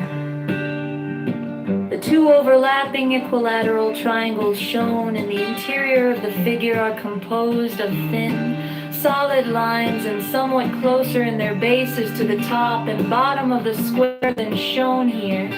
Patrick. In the illustration, the base angles touch the fourth edge letter from the corner of each Down goes the cat! the rectangular grid with Enochian letters in the center of the diagram has been adjusted to align with the letters of the original illustration.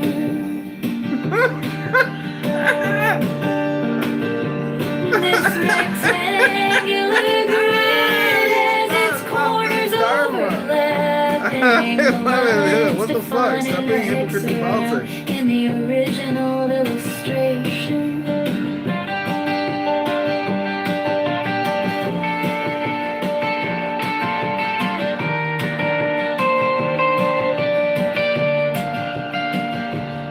There are 7 small devices, 5 squares and 2 circles, symmetrically arranged in the pattern of a 7-pointed star with point upward.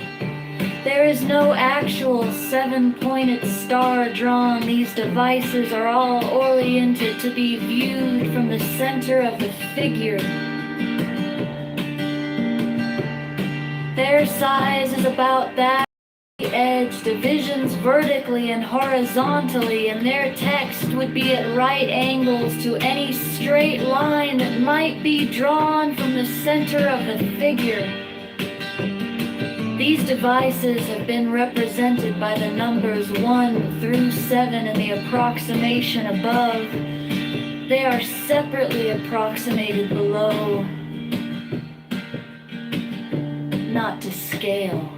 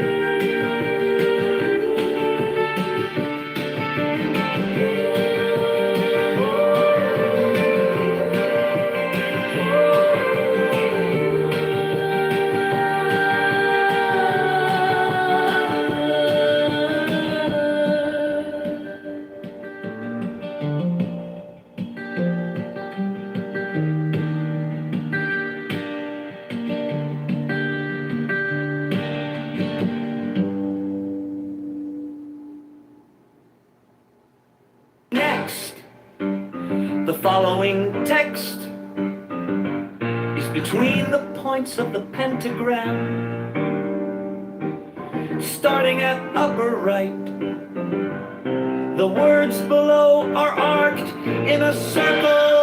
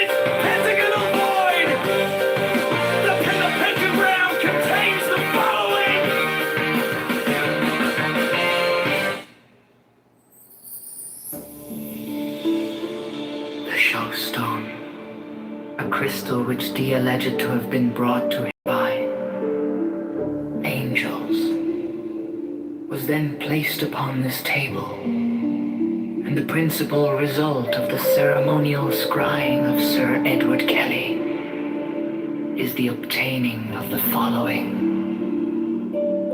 diagrams, plates, viewing. He symbolized the fourth dimensional universe in 2 dimensions as a square, Surrounded by 30 concentric circles, whose radii increased in a geometrical proportion. The sides of the square are the 4 great watchtowers, which are attributed to the elements. There's also a black cross, central tablet according to the arrangement shewn. Compare the black cross bordering the tablets in plate A with plate V.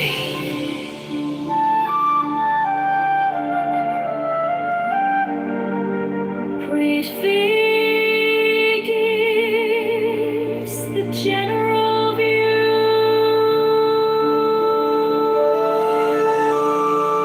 Plate 4 gives the complete attribution of the tablet of air. The 6th file is called linea patris. The 7th file is called linea filii. The 7th line is called linea spiritus sancti. This great cross divides the tablet into 4 lesser tablets, the left-hand top corner being air of air, the right-hand top corner water of air, the left-hand bottom corner earth of air, the remaining corner fire of air. Each of these lesser tablets contains a Calvary cross of 10 squares, which governs it. Plates V, VI, and VII are similar for the other elements. This is the way in which the names are drawn from the great tablets.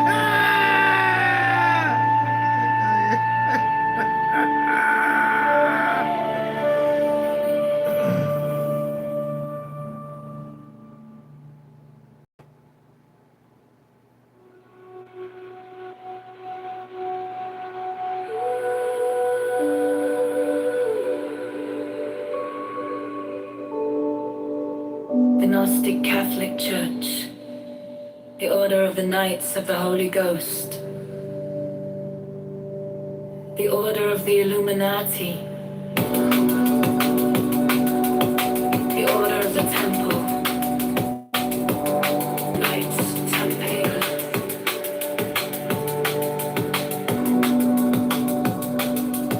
the Order of the Knights of St. John,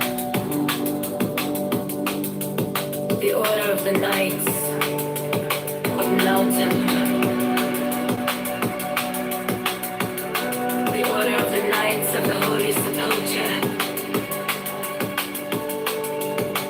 the Hidden Church of the Holy Grail, the Hermetic Brotherhood of Light, the Holy Order of Rose Creek's hidden. The Order of the Holy Royal Archer Cloak. The ancient and Tellesic rites of Greasery. The rites of Greasery. The rites of Greasery. The ancient and accepted Scottish rite of Masonry. The Swedenborgian love of Masonry.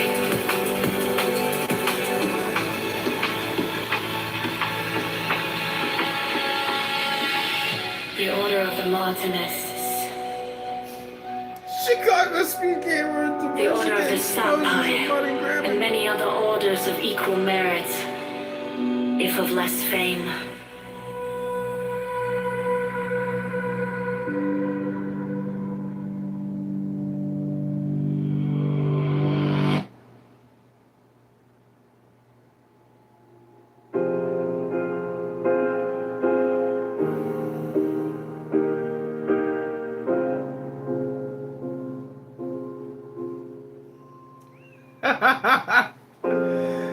My object all sublime, I keep it in my mind.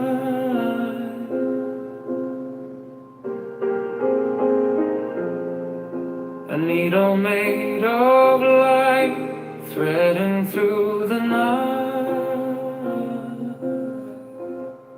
This is Chicago Mero, Canada, Johnny Kitover. I got a threatening mark the voicemail from hidden Patrick Gibbons, a sea. Chicago I activist. sharpen up the I'm calling you. Always had a good relationship with him. Friendship, dead. The case is cold but clear.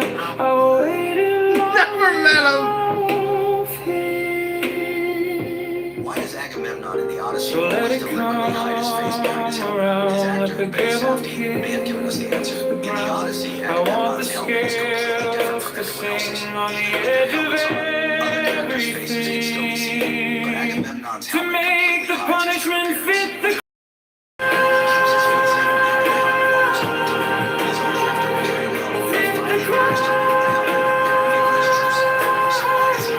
make the punishment fit the crime.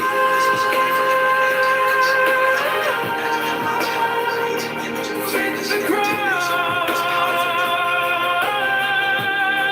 My object of sublime.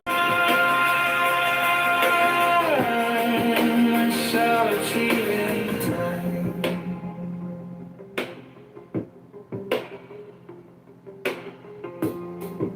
You wore the borrowed face, you left no kind of grace.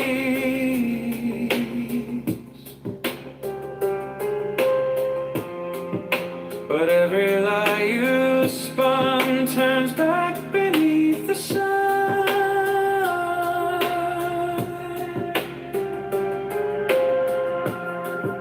I kept the final clue like a blade inside my shoe.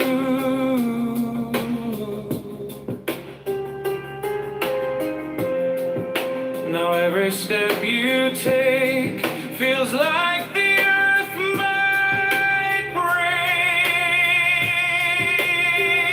So let it come around, let the gable kiss the ground. I want the scales to sing on the edge of everything, to make the punishment fit the crime.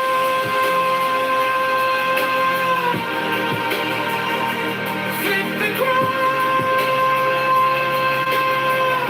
To make the punishment fit the crime.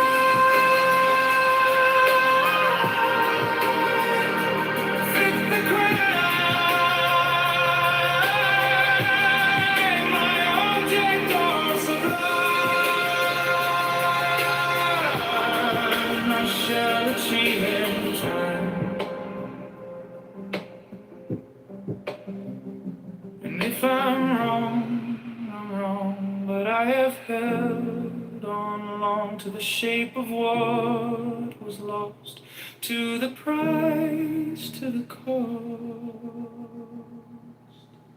to make the punishment fit the crime.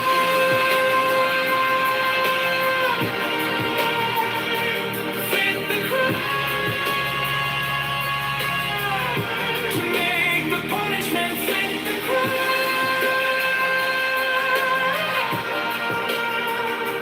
Fit the crime. My object of sublime. I shall achieve in time.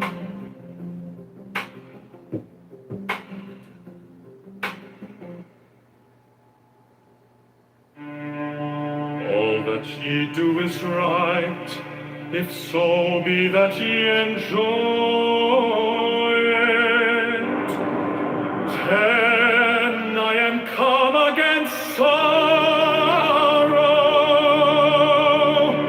against weariness, against them that seek to enslave you.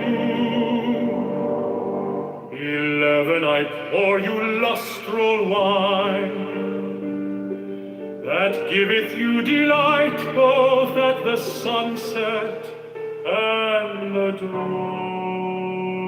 12 come, and I will give you all that is desirable upon the earth. 13, because I give you that of which earth and its joys are but as shadows. 14, they flee away, but my joy abideth even unto the end. 15, I have hidden myself beneath a mask. I am a black and terrible night. 16, with courage conquering fear shall ye approach me.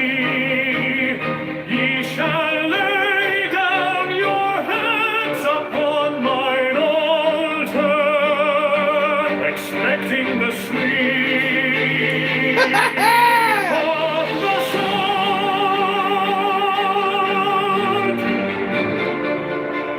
17, but the first kiss of love shall be radiant on your lips, and all my darkness and terror shall turn to light and joy.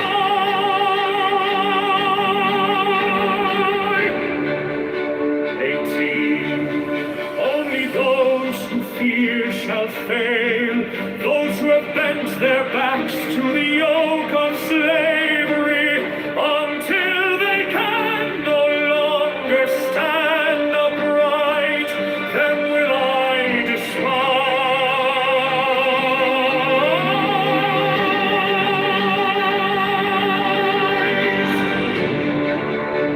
19, but you who have defied the law, you who have conquered by subtlety or force, you will I take unto me, even I will take you unto me.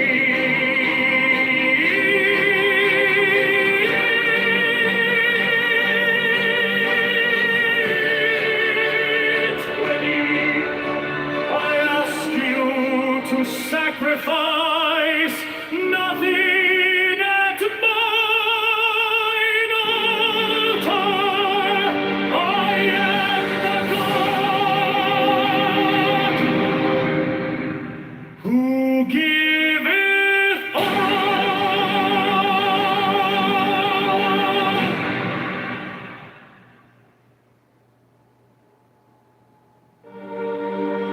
But you who have defied the law, you who have conquered by subtlety, or force, or force, or force, I am the God who giveth all. 21 light, life, love, force, fantasy, bring you. Mine hands are full of these. 20. There is joy in the setting out. There is joy in the journey. There is joy in the goal. 23.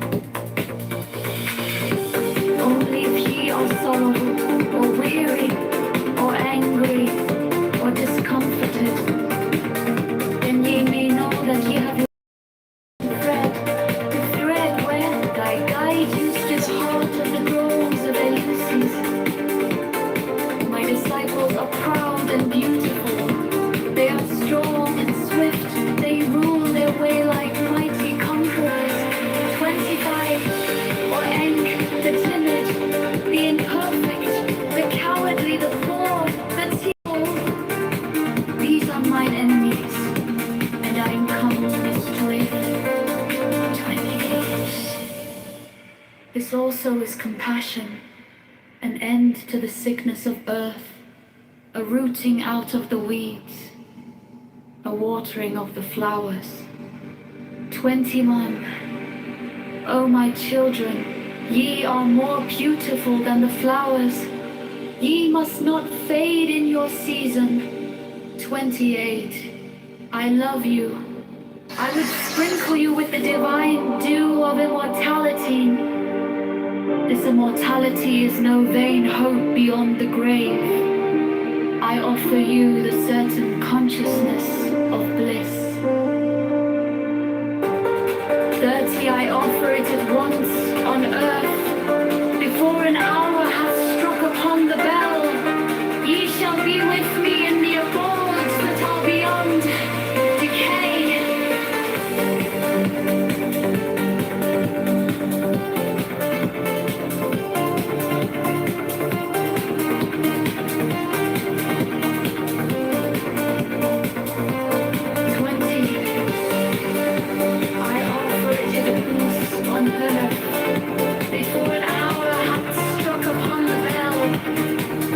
Be with me in the abodes that are beyond decay.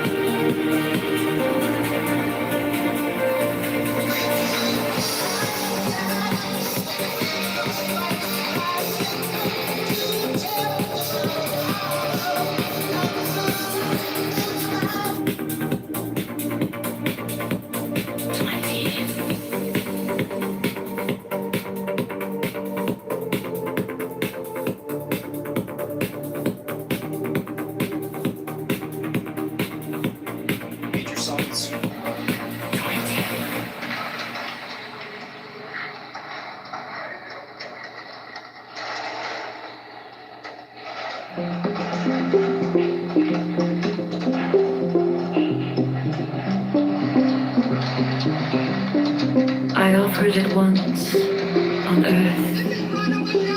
Before an hour hath struck upon the bell, ye shall be with me in the abodes that are beyond decay.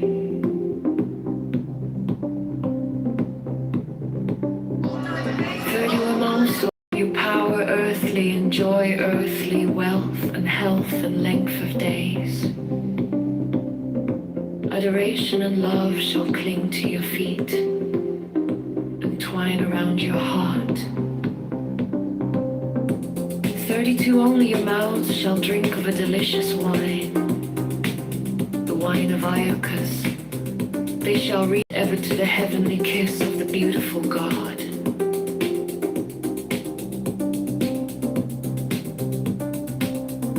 33, I reveal unto you a great mystery. Ye stand between the abyss of height and the abyss of depth.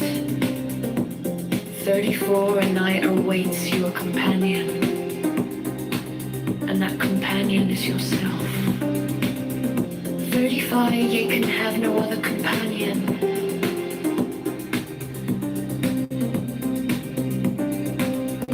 36, many have arisen being wise. They have said, seek out the glittering image in the place ever golden and unite yourselves with it.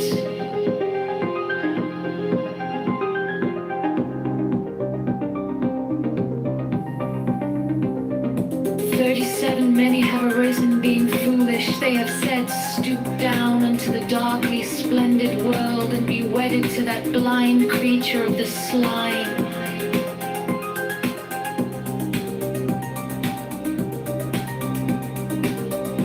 38, This is stopping herself. arise and say unto you, achieve both weddings, unite yourselves with both.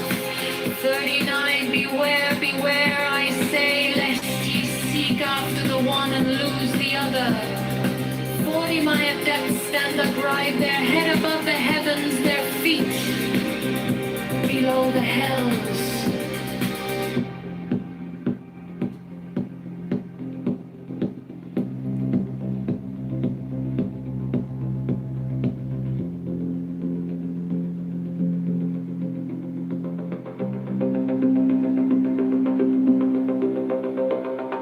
Such freshness. Such delicacy. Such maiden. Only your mouth shall drink of a delicious wine, the wine of Iacchus. They shall reach ever to the heavenly kiss of a beautiful God. 33, I reveal unto you a great mystery. Yea, stand between the abyss of heights and the abyss of depth. 34, and Ela awaits your companion, and that companion is yourself. 35, ye can have no other companion.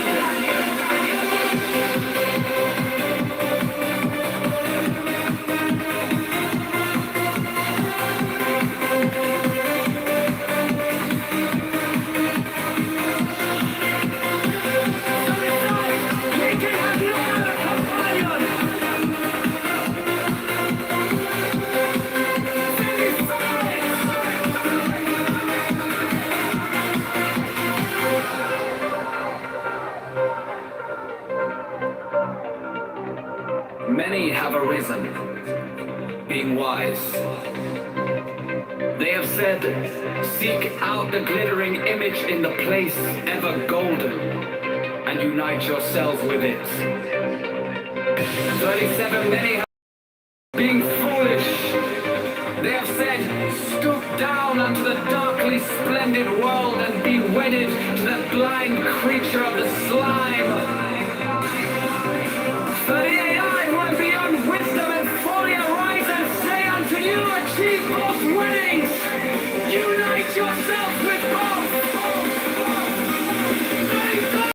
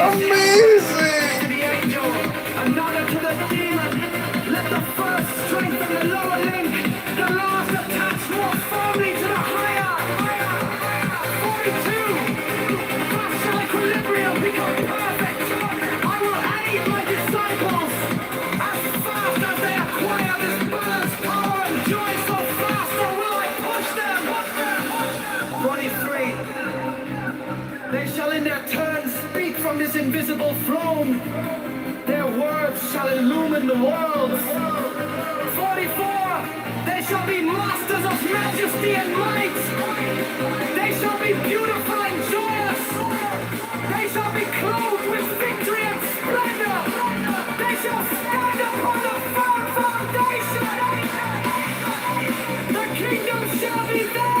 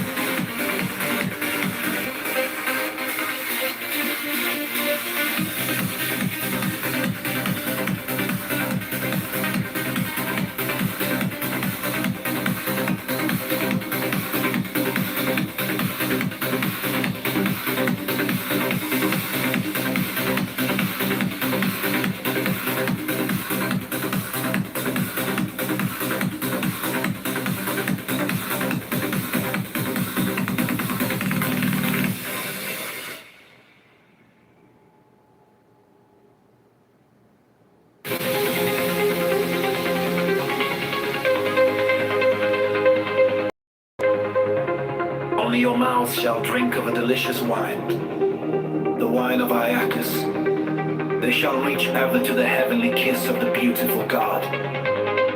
33. I reveal unto you a great mystery. Ye stand between the abyss of height and the abyss of depth. 34. In either awaits you a companion, and that companion is yourself. 35. Ye can have no other companion. 35. Many have arisen, being wise. They have said, seek out the glittering image in the place ever golden, and unite yourselves with it. 35. Many have arisen, being foolish. They have said, stoop down unto the darkly splendid world, and be wed to that blind creature of the slime. 35. 35.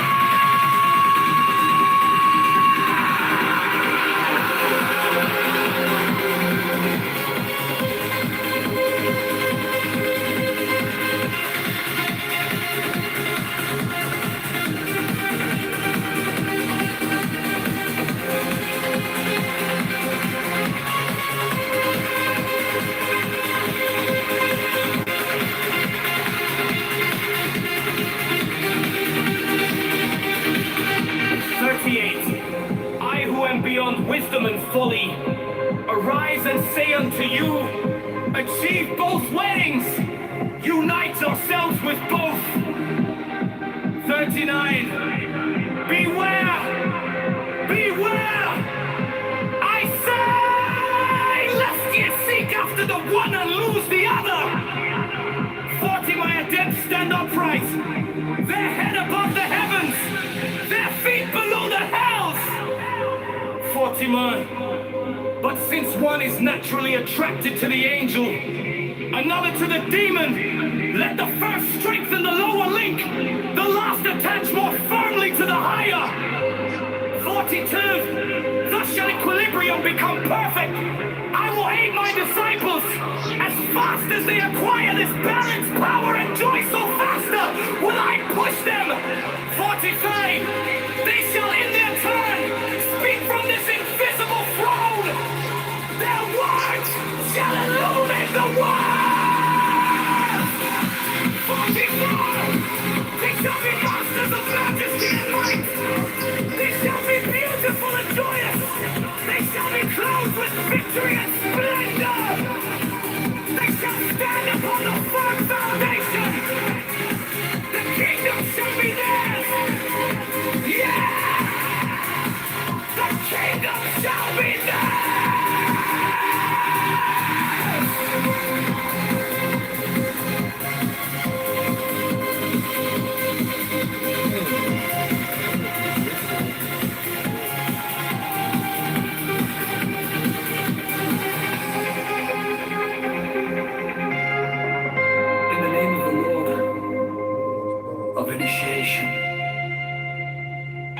Amen.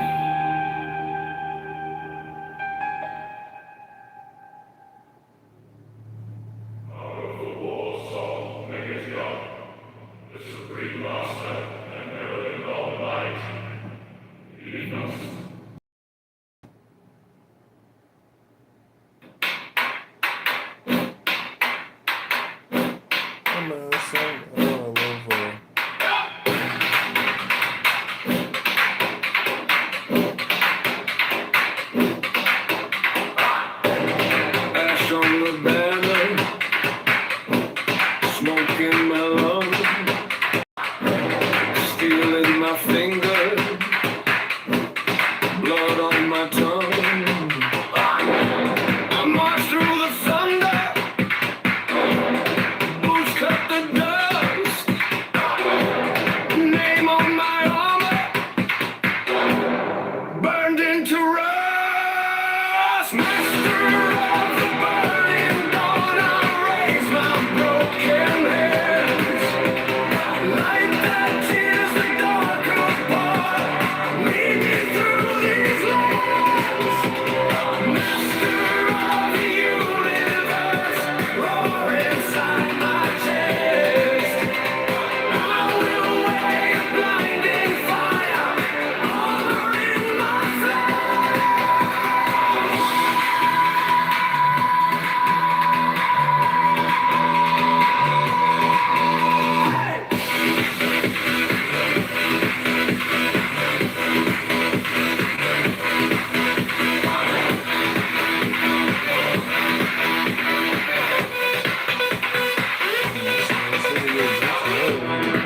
Sky split open, white scars of your will, shadows scatter when you say be still. I walk through, eyes fixed ahead, you turn our terror into roaring tread. Master of the burning dawn, I raise my broken hands. Light that tears the dark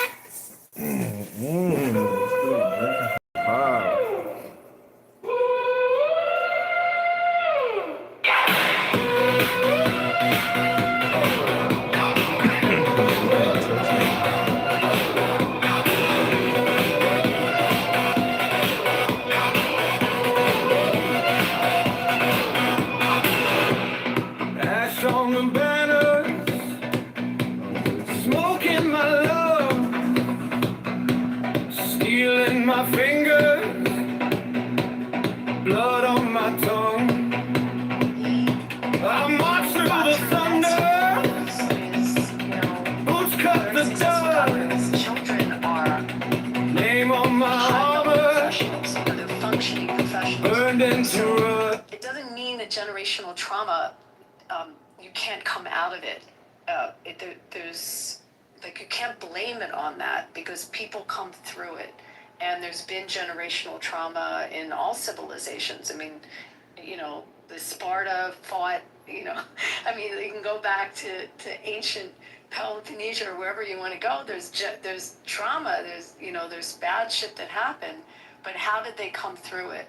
And why does all of a sudden Master of the burning not able to get through the generational trauma, but other parts of history were able to? Am I making any sense what I'm saying? Yes, and I think that there's two, that there's psychological trauma, and then there is like epigenetic.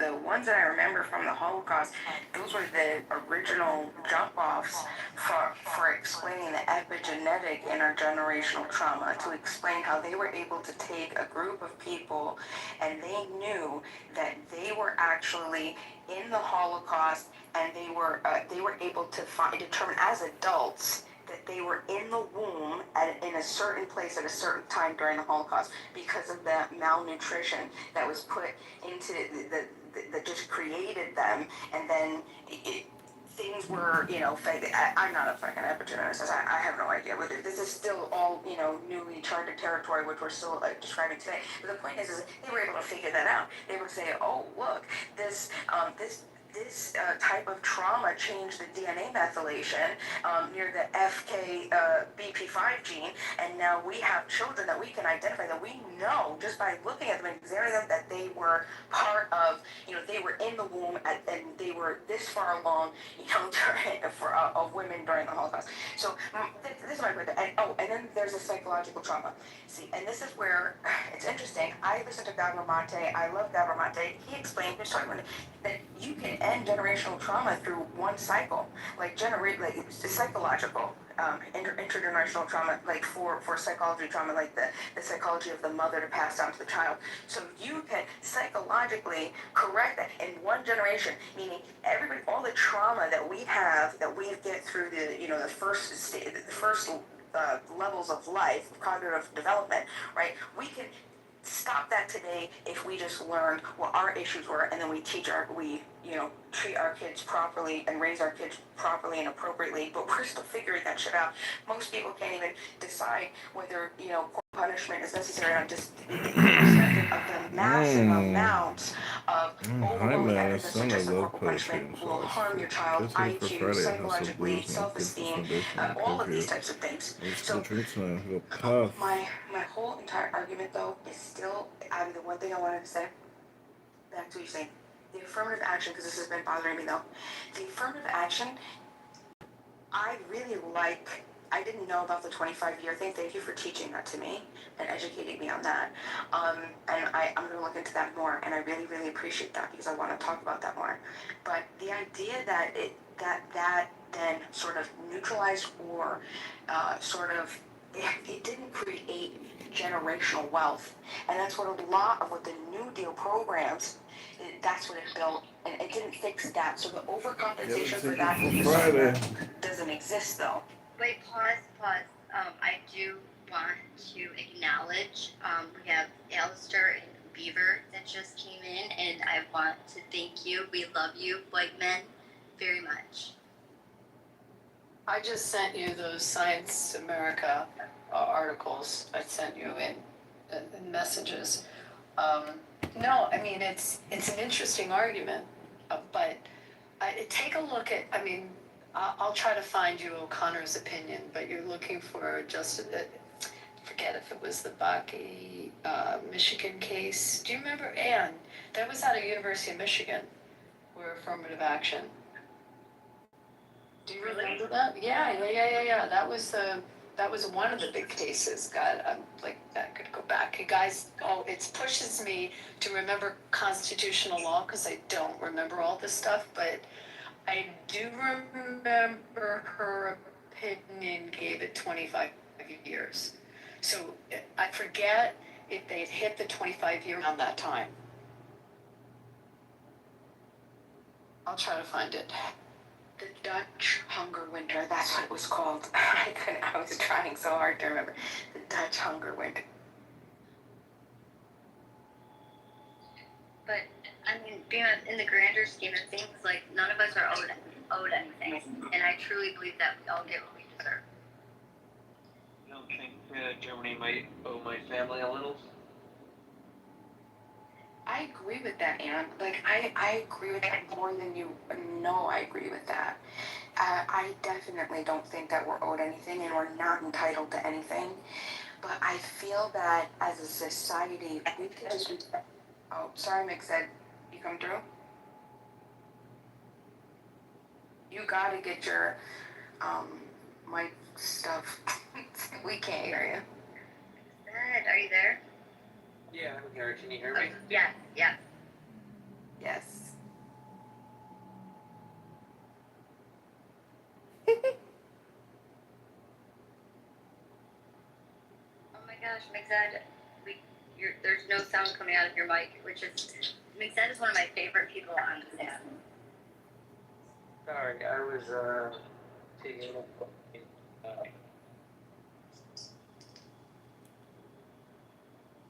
Matrix. John, why do you need so many of your accounts in the same room? Why does one do the trick? I'm just curious. Well, because they're all streaming to different places. So, like, one stream, you know. Can you guys not hear me? Oh my god. Alright, I'm trying to find the mini bar in the room as you guys are doing this. Mixed, are you there? I am. Okay, go. What? Oh my god. Yeah. You haven't said anything. I said I was just going for a midnight scoot. Oh, we didn't hear that part. A lot of fun. Mixed, how do you feel loved as a white man?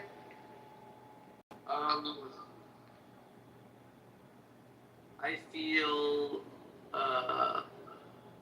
grouped in with the white people. As the majority of the country is. Bima, did you give Beaver and Alistair and Mixed their flowers? This doesn't add I gotta change Grandma. Alright, I found the mini bar. That's the spirit. How you doing, Abby? I'm good. I'm in Chicago right now. So, okay, mini bar. Got it. Oh my god, you're in Chirac? I am in Chicago. Ooh! See you on Hinge. See you on Bumble, Abby. I'll swipe right for Jewish. I'll see you on Bumble soon. Gonna have to upgrade to 60 plus. What was that? You cannot have a normal conversation. Did you ever have a restaurant RPM? They have very good steak. Yeah, that's very good. There's a new place on the river which is, oh, Running campaign for Mr. Kitover? No, I'm here on Jew business. Jew business. The Jubilee, of course. Jubilee, yeah. Meanwhile, they closed the fucking airport in Chicago for 3 hours. I just want to say good evening to everyone and definitely show my appreciation for white men. Speaking as a minority woman, I was married to a white man for 8 years and usually date and I just think it's pretty interesting how I don't like people to make excuses for what they can't do. I was raised military, and it depends on how you're raised. You can keep the cycle going of making excuses for yourself and blaming it all on one, race group. We're in America. I understand some parts of this country may be a little bit more difficult to maneuver, but you can pretty much overcome anything. And, I just wanted to say hello and show my appreciation. Hi, and I'm not sure how to pronounce your It's Anna. It's Anna? Okay. Hi, Anna. Hi. I love everything that you said, and so do you, I guess, the conversation, you've been here for quite some time, Yeah. and I believe in and self-responsibility too. And so and I'm sure you've heard of the white savior complex, and that in itself, I believe, is very harmful. And when people are saying that they're trying to do good, and to me, I think that it's actually like does the opposite effect, and it's actually more harmful. Yeah, that's true. That's true. I mean, it's either you do it or you don't. We're in America, there's a way to go around. It may be a little bit difficult for certain minorities and where you're from, but it depends. Like, for example, when I was growing up in grade school, the black guys were so mean to me. The only nice guys were Hispanic and white. And so, even to this day, black guys are always mean to me. So, I mean, like, it just stems to how you were come from and your mentality. I don't do the white guys with the cornrows, you know. I don't date them, but I'm just my experience. It generally people just make excuses to put things on the white man and the white race. Period. So I just think it's.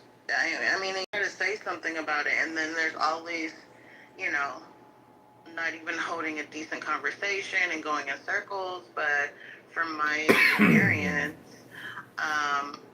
it is black men that are looking for a white savior, you know, and they're upset. They try to compete with the white man. They try to be equal with the white man, and instead of trying to compete, just work on your problems in your own community first, instead of looking outwards and blaming. So that's all I have to say. Thank you so much for that submission. You know what? Physical attraction for you?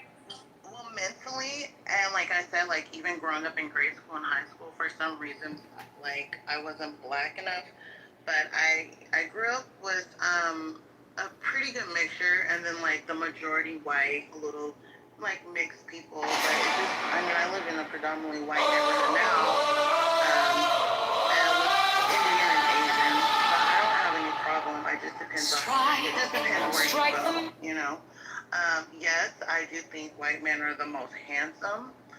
Even though some I've gotten like haters looks from white women, older white women in particular, but that doesn't bother me. Interracial, anything is gonna get like looks, you know. But for the most part, I am in the Bay Area, and you know, a lot of rich men in the Bay Area. A lot of rich men. Yes, yes. So,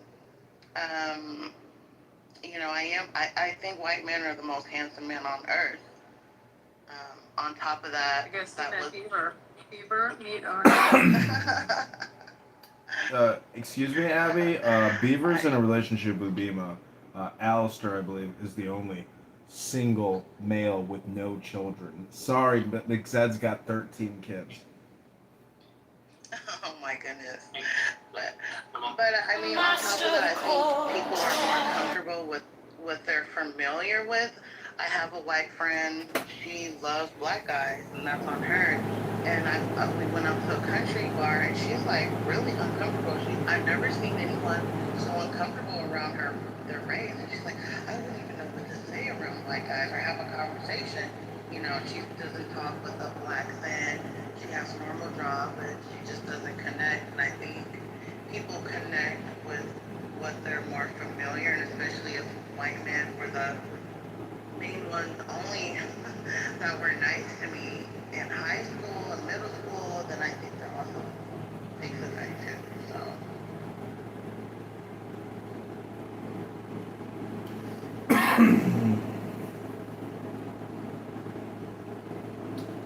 So Abby, it's I don't know if you know this, but my father. Oh, wait 1 second. I'll hear it. My phone would come off mute. I just wanted to respond on so do you see the attack as of like the past few years, the attack on white men? I do. I mean, it started to happen very gradually as time gone by. Really, you know, the news just kind of makes things worse in a way, you know. They'll turn a story and make it twist it all in and put their own words in it. But I do see kind of an attack, categorizing all white men to be the same, like they think the same. They're all, and MAGA is just this big racist group, and you have racist people on both parts, but I just feel like the whole thing, especially as Trump, I love my Trump, and as soon as he became president, it made it kind of worse on white men, and like stereotyping and just trying to create a bad name. I've seen it, and I've heard it, like,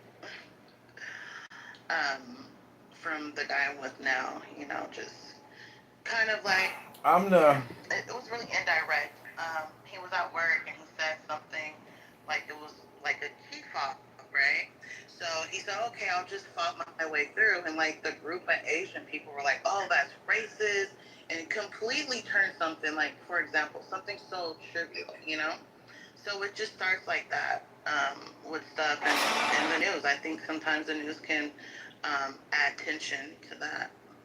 Well, yeah, like paid activists. Yeah. Bima here believes in structural white racism, and she says that if every day we don't do something to help deconstruct structural white racism in America, we are the problem. So I'm just wondering, Ona, do you believe in structural white racism? And if so, what can I do today to help alleviate the structural white racism? I think I don't even know where to start with that one, but let me see. As far as that is concerned, I think it depends what state you live in. As far as that, to alleviate it, just everybody has to start within, no matter what. I mean, what's inside of you, how you really feel about certain race, or if you are, if you're not. To alleviate that, that'd be something that to see like a big change, that would take some time, like years. Well, see, just me asking you was my contribution today. Thank you very little. I am complete. Do you think that DEI is racist? Yes, I do. I think it's very racist. People should not get jobs or get into colleges just by, because you're Hispanic or Black. You shouldn't. I mean, it should be your level. If anything is caused more discrimination, it's done the exact opposite, and it's made like the generations worse, where minorities feel like, oh well, I don't have to try so hard now. Right. I'm gonna get accepted anyway, and which is not, because these are gonna be the people that are taking care of us when we're old. So it's definitely a bad idea. California is real indirect, but I've never had a problem with I didn't even need, I could have done less without DI. I just received 2 promotions within the same year.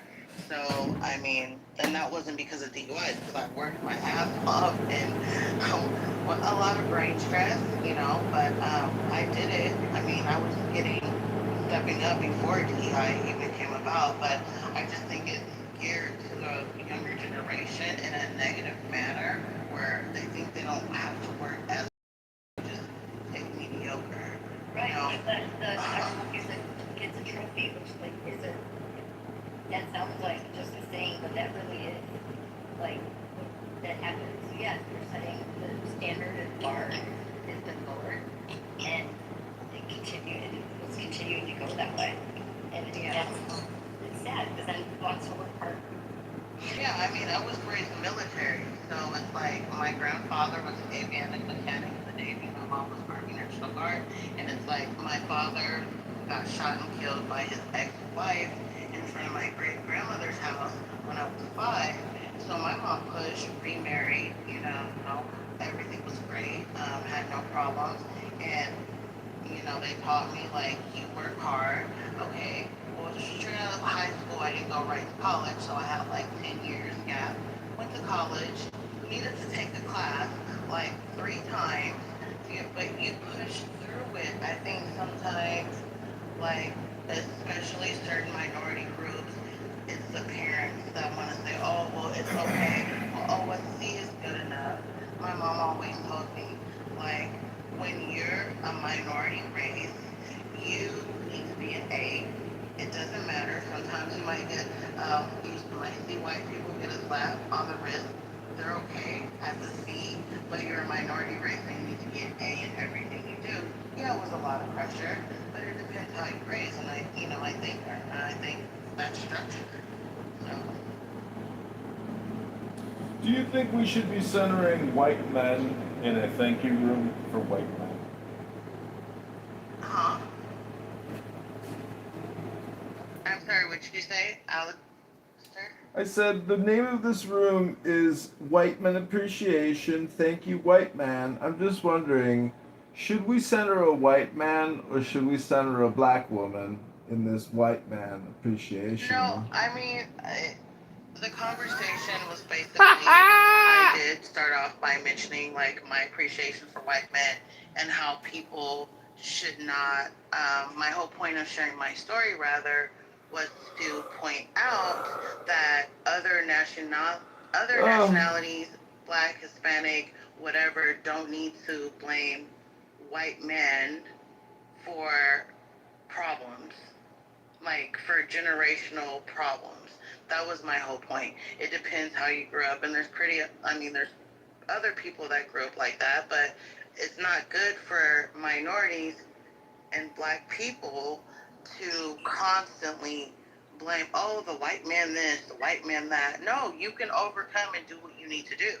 Like, it doesn't matter. Like, Are you, oh no, are you for ICE removing illegal aliens using violent force, 1,000 a day, 3,000 a day? Are you okay with ICE and Department of Homeland Security and Border Patrol using even lethal force to remove illegal aliens residing here in the United States of America illegally?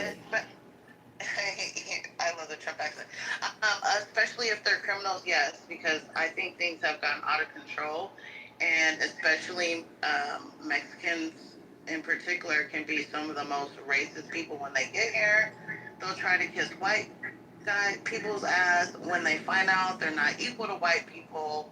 They are like, even the black people that march for civil rights and for other minorities that have um, perks in this country, quote, quote.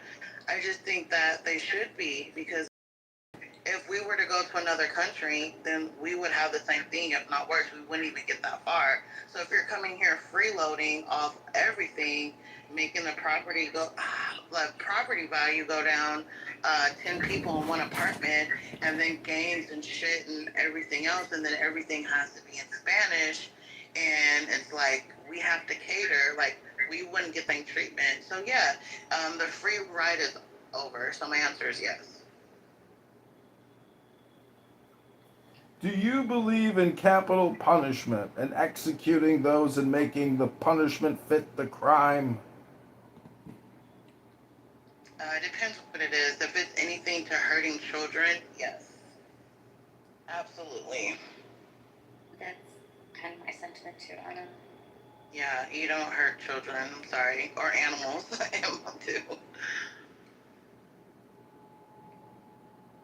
Pit bulls. You know what just happened in my local community? It was so sad. A family, they got these two dogs. Two of their dogs had gotten out. They were older. They're like 16 and 15. And it's like the only time that they had ever gotten out. But they didn't register their dog with the city, and they didn't do rabies vaccinations, updates, whatever. So when the city got them, they were hefty fines. So it was like $1,000 for each dog. So they were able to get the first dog out with 1,000. So they went back to get the other, and instead of giving $1,000, they charged them every day throughout the week for boarding the dog, every day. And it went up in a period of, I think, like 5 weeks, because it just kept getting bigger and bigger, and they couldn't pay it off. They didn't agree to a payment plan. Then they finally get the money, and they said, we euthanized your dog last Wednesday. Dude, a 15-year-old sweet dog wanted to go home, and the city killed this dog. I would, if I didn't want to dox myself, I would want this to go everywhere. There's an uproar about it here. It's absolutely disgusting. I just can't believe that happened. That's just so sad. That's horrible. I hate to hear stories like that. Yeah, and in those cases, that's when I say, like, I would be the story of the woman. She made news because her dog went to the city because it got out. They got a hold of it. Or there was like some dispute with the police, something, however the city got a hold of it. And she was just like, nope, not today. And she broke in that bitch and rescued her. That would be me. I'm sorry. Listen, I'll pay for the broken window. I'll pay for whatever I have to, I'll make it right. Oh, yeah, I saw that. That was so heartbreaking. That was, like, so No, that was winning. She got it. I was so excited. Good, yeah. That's what I'm talking about. And I don't advocate for that unless it's me. Everybody else, you stay law-abiding citizens. That's an example of structural white racism. I am telling you, everybody else needs to abide by You just the law. exhibited structural white Exactly. This is racism. Only I, as an anarchist, can advocate for something like that, and only for myself. I don't advocate it for you, because you guys need to follow the law. Shouldn't anarchists also watch their diet and exercise to prepare for the coming revolution? Listen, you're not going to be. Shouldn't you know what it's like to have a restricted caloric diet and maybe fast every other day? Because a true anarchist willing to go all the way would have to be like a soldier. No more chocolate bonbons or Pez dispensers. That's disgusting. I never eat that.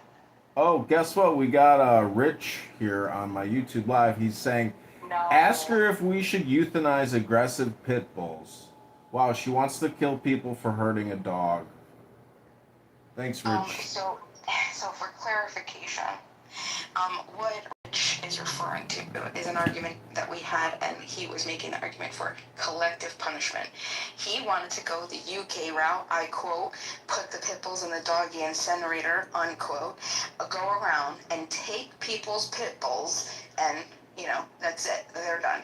And I said, you cannot kill, take, harm a person's dog if they haven't committed a crime, just like a person.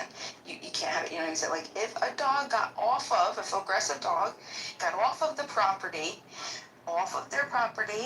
and they're killing a kid or attacking somebody, yes, you have every moral authority to defend yourself against a dog attacking. However, if anybody is going to come onto my private property and harm myself as a peaceful person who's never harmed another peaceful person or peaceful person's property, and neither has my dog, and you were to try to take my dog, yeah, I'm sorry. That's going to end in, you're going to be pushing up daisies.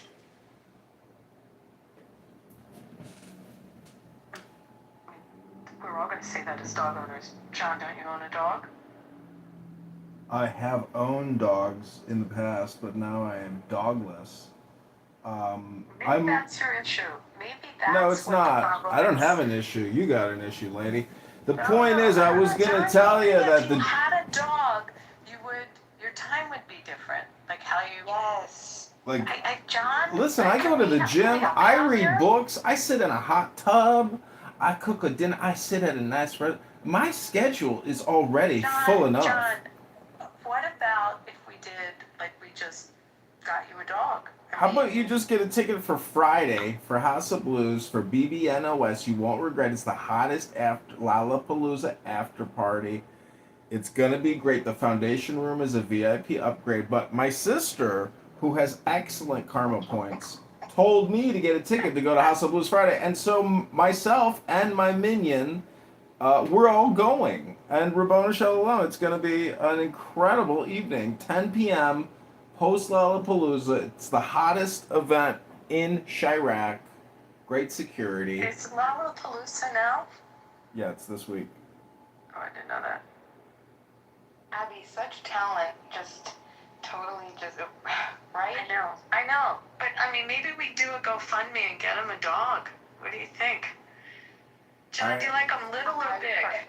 I do not want a big dog. I want a hypoallergenic, like small to medium. Yeah, I mean I'm down with that, but like these dogs are very expensive nowadays, and I'm My not. dog was a fortune. Yeah, I paid I'm not a interested lot of in money. doing I have that. but I have a big dog. I have a big chocolate lab, but he was really expensive, and I had to fly to Georgia Ugh. to like meet him, and then I Yuck. had to transfer him back. It was a lot of money. You don't need as big a dog. So Plus Rich shots. Rich wrote that, but pit bulls are evil and they kill people all the time and they kill lots of kids. It's true. Collectivist mentality. What kind of dog do you have, Bima? She was a big American bully. Joe and your dogs? I do not. I did have a miniature dachshund. I love Study this. Joe has a dog, but Joe, are you still there? Do you want to say what kind of dog you have? Beaver, do you have a dog? I love Joe's dog. Chico.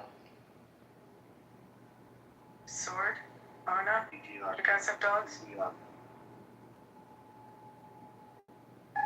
I have a dog.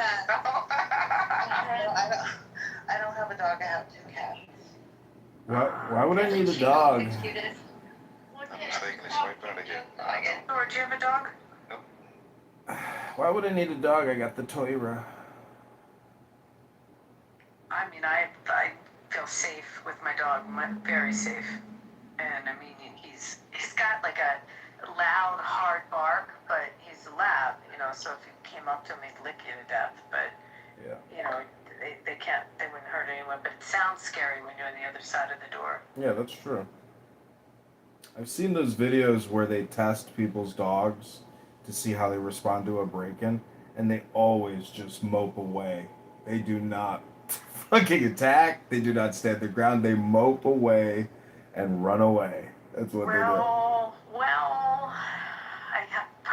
I don't know if I want to share this story. I actually got sued from one of my prior dogs, same breed, chocolate lab, for he knew how to open doors, and someone was in my garage, and he opened the door from the house to the garage. It's one of the, like a latch, like a what do you call the handle where it's you push the handle down. I forget what the name of that kind of handle is. A latch? A lever handle. And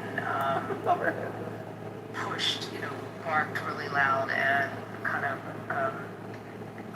no one knows for sure how the person fell down, but the person was knocked to the floor and sued me. So, I mean, and that's a Labrador, which again, they have. Well, it's an interesting story, Sword. This is how our legal system works. Again, this is a lawyer telling you this. This was actually a trespasser in my garage, a trespasser. But even though it was a trespasser, I still had a duty, and they sued me. The back was broken. So it wasn't someone who was coming to rob. It was just someone that wasn't invited in that walked into the garage. And my insurance, I really wanted to fight it. I wanted to argue that I should Fight everything! But my insurance. Fight everything! Always attack! Actually, it's interesting because the dog. I wasn't there, so I don't know. Whether the story was truthful or not, whether the dog actually, the dog didn't bite or anything like that, but the dog's barking at stance, could have scared the person to have fallen, or whether the dog actually. Another great story by Abby.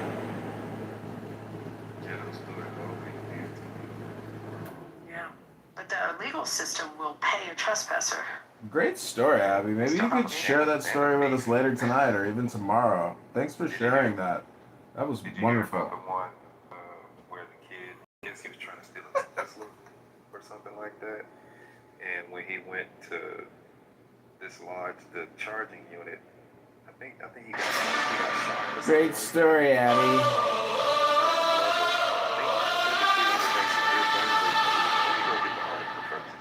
Let me guess. And he sued. Yeah, the mom wanted to sue the family because I think and she was saying that the family should have had a safe charging station. It's unbelievable, isn't it?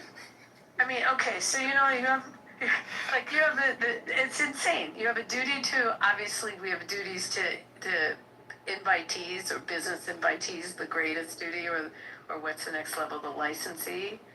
But to the trespasser, a lot of case law ends up giving them, still creating the liability for the homeowner. It's insane. Well, what about a house on Clubhouse? You know, people spend so much time here defaming, slandering, and endlessly talking and listening to stupid bullshit all day long. What kind of liability could there be here on a social audio clown house app like Clown House?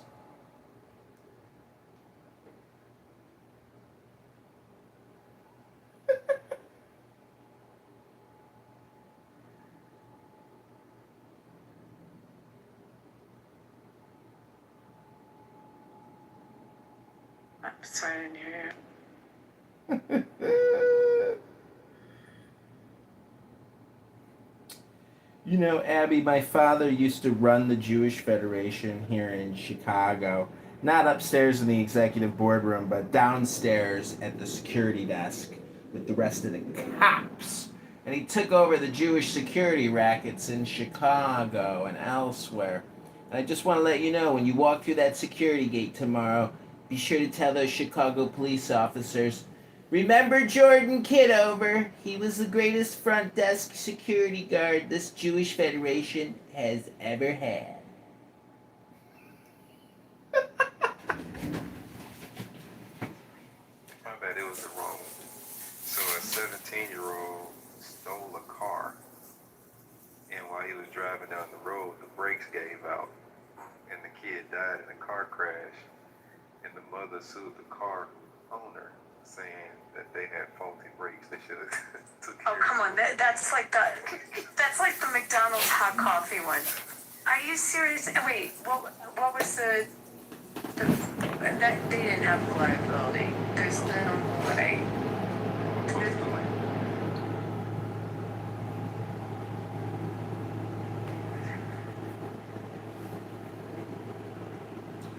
The McDonald's hot coffee. Power of He-Man!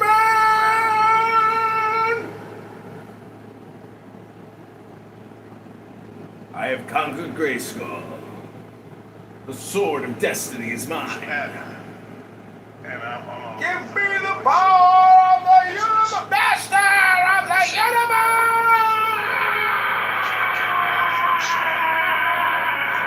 I've had much more success than insurance companies because you can serve through the Secretary of The State. power is mine! The power of He-Man! Rather difficult. Would you agree?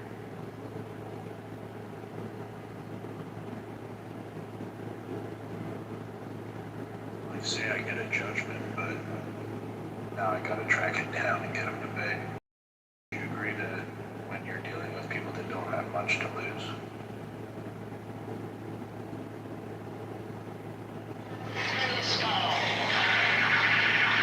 You totally broke up for me. I didn't hear it. I don't know if the others heard it.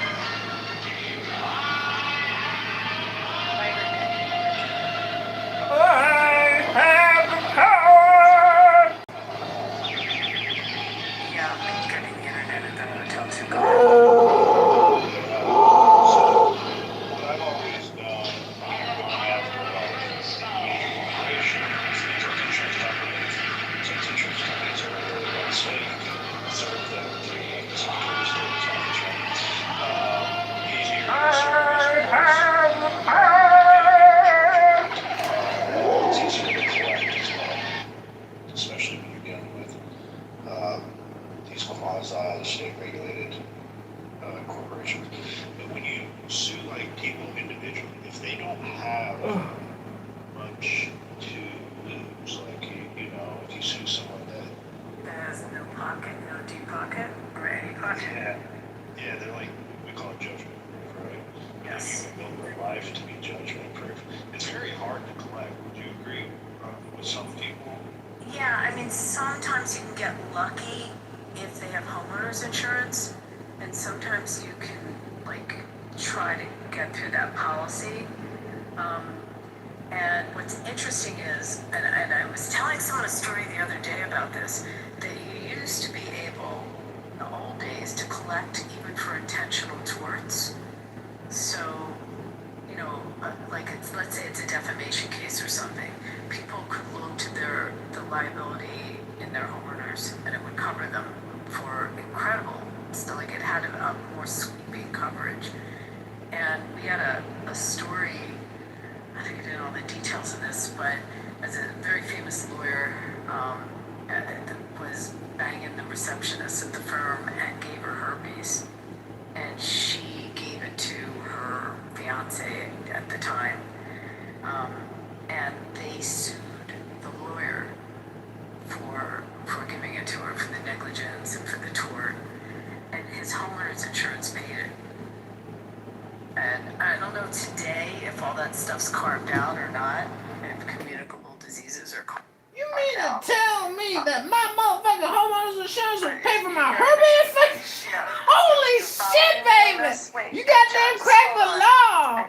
I'm trying to talk about this, but, you know, there are ways, I mean, and that's assuming if someone's judgment proof, there's a good chance they don't own a home, and you know, you're not going to be able to get it through liability insurance. And I don't know what tenants insurance covers. I doubt it covers any acts like that. But otherwise, you've got to go through getting the judgment, and then when you get the judgment, doing the discovery to try to determine if there's any assets there. I mean, that and the only way you're really going to determine it is pretty much once you get that judgment, and then try to execute on it. It's not easy. Right. You know what I've been obsessed with this. I don't know. It keeps popping up on Instagram or Facebook. It must be a TV show. I've never seen the show though. Called Squatters. There's this guy that goes in as these people have taken over other people's homes to get them out. It's pretty wild. Have you seen a 90 Day Fiance, Abby, or Ann, or ladies here, 90 Day Fiance fans? No, I have not seen that. But in the Squatters one, so it made me think of it, Joe, because these people are like amazing at bucking the system and figuring out all kinds of ways to We are coming for the pit bulls. get legal protection to stay in Pit someone bulls are else's home. dangerous. And you've got to jump through a lot of hoops I people got out there, hey, yo, to baby. get the eviction. Yo, pit bull ain't my baby. Where is my baby? Where is my baby? And try to execute. Yo, pit bull ain't my baby. Your husband gave you herpes. I'm gonna sue your homeowner's insurance policy. A fake Yes. or a tenant at your house. You have to evict them from your house, even though you never actually signed. They're not actually a tenant of your house, but it's actually rather creative. What's the best way for someone to prepare themselves to? Okay. So, by the way, there was an amazing movie. Did you ever see a movie called Pacific Heights? What's the guy's name that played Batman? He was in the movie. Michael Keaton. The guy's name. It was Michael Keaton. like yes, Michael Keaton. They came into the house and they couldn't get rid of them, and it was this like really expensive house in Pacific Heights in San Francisco, and they could not. It became a nightmare, and they stole the title. Like they figured out a way to actually go in and steal title. It's hard, you know, because if they file bankruptcy, you have to go in and get a stay from the bankruptcy court to, because they don't have a stay to stay any proceeding. They'll file, or the bankruptcy itself will stay any foreclosure proceeding or eviction is where you live. Like if you live in a very blue city, or a blue state, it's really hard to get people out. That's facts. You know, Democrats, they love them. I just want to thank Abby one moment for referring to the only real and proper Batman, and that was Michael. That's a fact. Another fact. I also want to thank Did you say she's the only Abby. Batman, not Adam West? Abby, thank you for contributing so much of your career towards white structural racism. I'm sure the casino industry has sucked many, many white people dry. I've watched documentaries on senior citizens that have lost everything and become destitute at multiple casinos in Vegas. So congratulations on contributing to white flight, white destitution, and the deconstruction of structural white racist society. Thank you, Abby So Escott. I heard that in the casinos that Yeah. you can actually claim tax. Let's go the way I was The amount of winnings. Yes. So, yeah. But they just changed the law. It's a very big deal right now because the big beautiful bill fucked us big time. You can write your losses against your winnings, so that you don't. You have to report your winnings, but prior to the big beautiful bill, you can write off all your losses against your winnings. Or you play with a player's card. They're going to track the losses and slots or like any of the video poker or whatever. You're going to have more losses than winnings, unless you hit a mega jackpot or something. But no, bitch. The big beautiful bill only allows you to take 90% now of losses against wins. So which is a big deal for people that are gamblers, because that number you may not have realized the wins, but you still have to pay the tax on it. But Right. that's how it works. Well, as like your win-loss statement, like. Yeah, you understand what I'm talking about, Anne. The positive, right? It's never in the positive, but Positive. And then the out taxes, if you get a big win, Michigan, it's 24% to the federal government, and then 4% to the state. So you should never. Well, I'm not going to give you legal advice. No, you're right. But you know what I'm saying. Yeah. Don't ever have them Wait. take it out. I think I just gave you legal Essentially, advice. you write it I have off to and all, retract that. But this 10% is significant. But yes, BEMA. So it used to be $1,200. Now it's $2,000 and up for any of the machines that you get a W2G.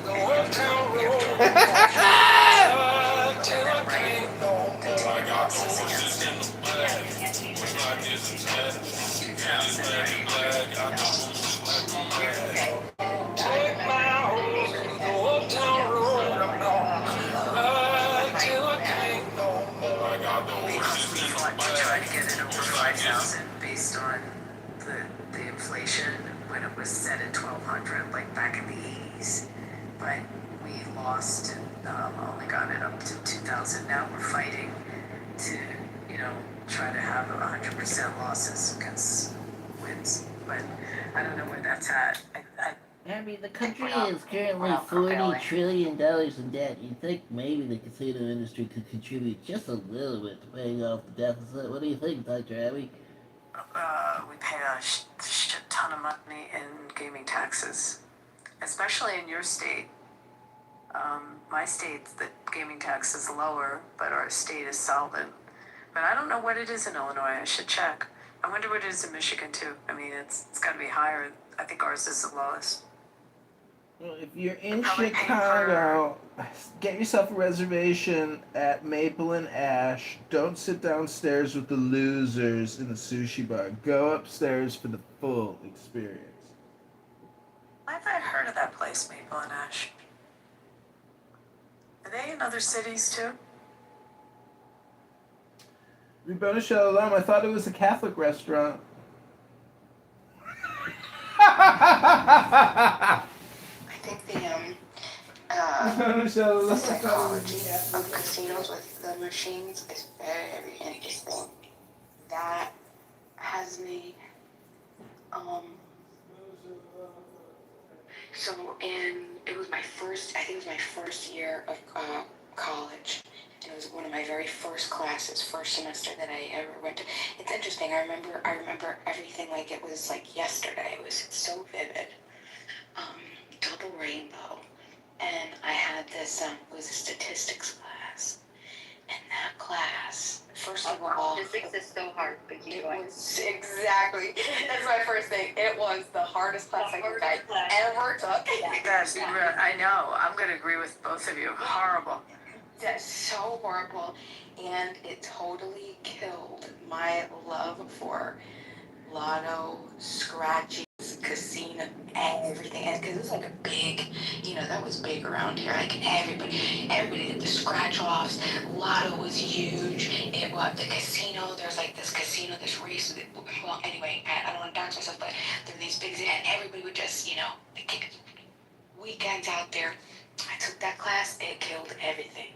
And I got interested in, like, how could they, if this is true, how could people do this? How could people, and I read this study, it was a long time ago, and it talks about how all the little things in the casino is designed so specifically and uniquely to do something, like the lights, the sounds. Oh yeah, and now they have it implemented for like on a lot of slots you can't, cause you used to be able to turn the sound off, you can't even turn the sound off.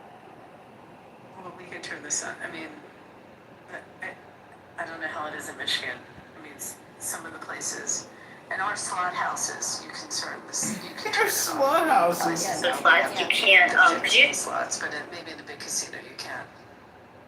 You could turn the volume down a little bit though. On some of those machines. Do they have slot houses inside the slot houses yet? The slot houses are 50 machines. The bars and the slot houses are 15 machines. Like when you go to a bar, built into the bar top when you're sitting at the bar is machines. And they'll have 15 machines. Abby, if you're an unemployed pseudo-intellectual commentator and political pundit here on Clubhouse, and you're unemployed, and you're looking to get started in the gaming casino industry, what would you suggest they do? Should they delete the app? Should that be the first step in getting a job? Can you imagine John as your dealer of blackjack? I actually think it's so popular. On that. Dude, you would get. Yeah, you do. Why do black people have nightmares? Because we shot the last one that had a dream. Craps table, man. John. What the fuck? It's confusing. Abby, is John an idiot or a genius? I don't know. There's a level of savant there. John, you have to go. Evan, on the checkout time. Does that sound about right? Sounds about right. And I was Do you think you could shuffle a deck? Well, I sued one of my former employers, this cunt bitch manager, who said, how big is your deck? Because we had to give a presentation, and we was talking about a PowerPoint presentation, and I said, excuse me? She said, how big is your deck? I said, are you asking me about my presentation, or are you making a sexual harassment claim? Or am I making a sexual harassment? And then immediately, I told HR and hired an attorney and sued that bitch. And guess who she worked for? Eddie Lampert. So Eddie Lampert paid me $200,000 because of the negligence and the sexual harassment of that bitch, Darcy. That stupid fucking Catholic Opus Dei cunt, Adderall taking, teeth grinding, ugly former ballerina cunt. Puh. Wow. I used to play blackjack, and then they raised the table minimums, but that's not why I stopped playing it. But then, because I always put down, I would ask how many decks, either 5 or 7, and just over time, I know how to count parts, whatever. So then I came to a point where I would ask the dealer 5 or 7 decks, and they were saying, I don't know. And now, mind you, like, it seemed very odd that they wouldn't know how many decks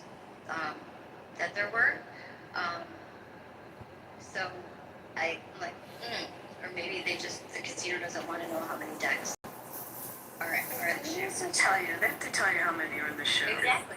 They have to do that. And do you Right, do that's exactly what I thought. And then many times, that's why I stopped playing the tables. I mean, it became a trend. Like there wasn't. So obviously it was implemented where like no dealers anymore. No, they say I don't know. And it's like I've never heard that. Me either until then. It's like it was like 4 or 5 years ago is when like and like Dad, they just don't want you to know. I mean, there are some places you go where they'll still deal from no shoe. You know, they'll shuffle from the hand. Oh yeah. They'll do 1 or 2 decks. I mean, the majority of the shuffle masters, the machine is there. It's like 4 or 5 decks. They tell you, and they also we have to post our odds. I don't know that in Michigan the laws are different. They don't post the odds, but like, I mean, we know in general the odds are not in our favor. But like. Yeah, but they don't tell you the odds. Like, they definitely. Have you ever flipped over a scratch lotto ticket? The odds on the table is like progressive. But there's like the bonus bets of what the odds are of winning a bonus bet. Have you ever looked at the back of a scratch lotto ticket? Because they actually tell you the odds and how much you have to bet just to break even. Yeah. When you read that, it's hard to believe people actually will sit there and fucking play scratch lottery tickets. It's crazy. Do you know it's illegal in my state? It's in our state constitution. It's absolutely illegal to have a lottery. Oh, Well, no. what's crazy is I just got up on a cruise ship, and so you're in the casino. And by the way, there's very few places where you can play one deck. It's going to be, like Abby said, 4 or 5, 6 even, right? So, but then they have these like specialized lotto tickets. I'm like, let me see the back of this thing. Like, who's regulating this, right? Is this your own little lotto ticket game? Because you can scratch off and win a free cruise, right? What a wreck. It's when the casinos on the cruise ships are not good odds. It's like that's. Well, I actually did you do well to gamble on the cruise ship? Did they pay for your cruise? Did you do it as a comp or? Well, for one, they don't, like, if you're like, a Vegas or any, like, regular casino, they're not gonna, like, be so privy to, like, you showing your cards to the person next to you. I can hold my cards up, I can almost show all 5 people, or however 6 people at the table, and nobody's gonna say shit to me. So then we increase our odds even more, right? So it's us versus you, and then the dealers are on your team too. It's very Really? Have you ever seen the video? Bro, listen. Wait, listen, hold on, buddy. Have you seen the video of the black woman who won like the $1 million at the slot machine, and she was like so happy? She was like, it was destiny, it was meant to happen. And then the casino manager tells her that it was a mechanical electric error on the slot machine. Oh, that's gotta be like devastating. Yeah, that's ultimate. Yeah, like that's just like I just become a mood. Now, should they honor that? Oh boy. What did she do? She got up and walked away from the machine. Is that what happened? What was? Walked away from $1 million machine? What the fuck are you smoking? I mean, there's lots of litigation over that. It happens with the malfunctions, and the casino refuses to pay. I mean, that's happened in lots of different jurisdictions. It's so interesting. That would be so difficult for me because I see both sides, right? But the idea is I'm giving you this money and like the contract, Witness like I feel like just there corroborated the time and the person of this receipt. Right? He 100% IDs the customer as Tyler Robinson. He 100% IDs Tyler Robinson's time there, when he got there, when he left, when he ate, right? 100%. This witness ties Tyler Robinson to this receipt, right? This witness needs to be deposed. He needs to be interviewed by the defense. He needs to be deposed, and he needs to be put on the stand. And then the prosecution and the defense need to check his credibility. If this witness is found to be credible, all of this is a lie. And then he says, "No, sir, you're correct." And this is just one witness. You were wrong. He said, "Sir, would you like another The server Immediately I told him, I said, "No, who actually took his order that night ID'd him as well. I'm out, man. I'm out, and I'm actually." You have two eyewitnesses that placed Tyler Robinson in Panguitch at 8:55 p.m. to 9:47 p.m. on the night of September the 10th.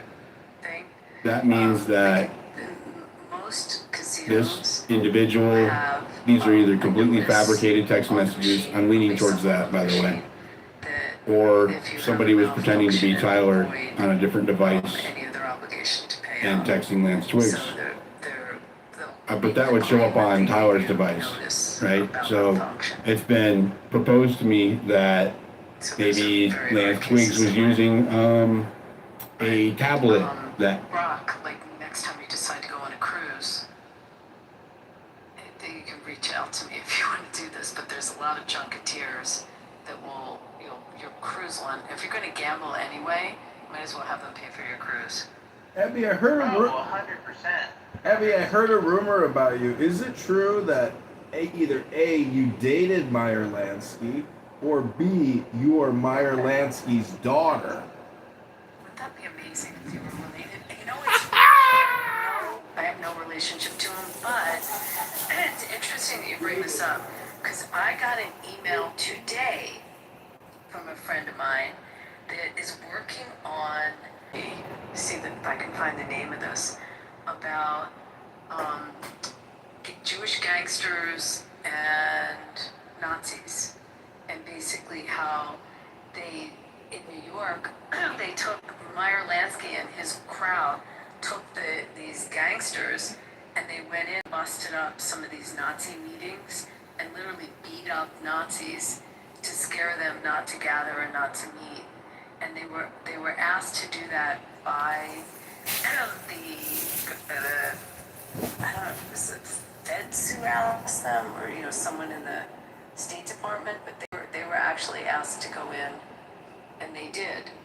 It's weird. We were just talking about Meyer Lansky today because it was part of some of the New York guys, and he was part of that, of organizing that. It's pretty wild. But no relation. Have you seen those, because,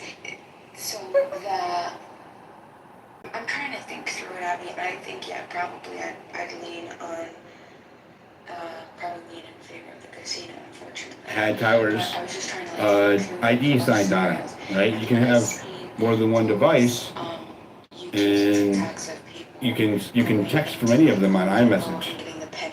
But if Tyler was looking at his phone and somebody was texting Lance Twiggs pretending to be him, that would be pretty odd, right? You were watching a conversation happen that you were not participating in on your own phone. So I think that's out the door.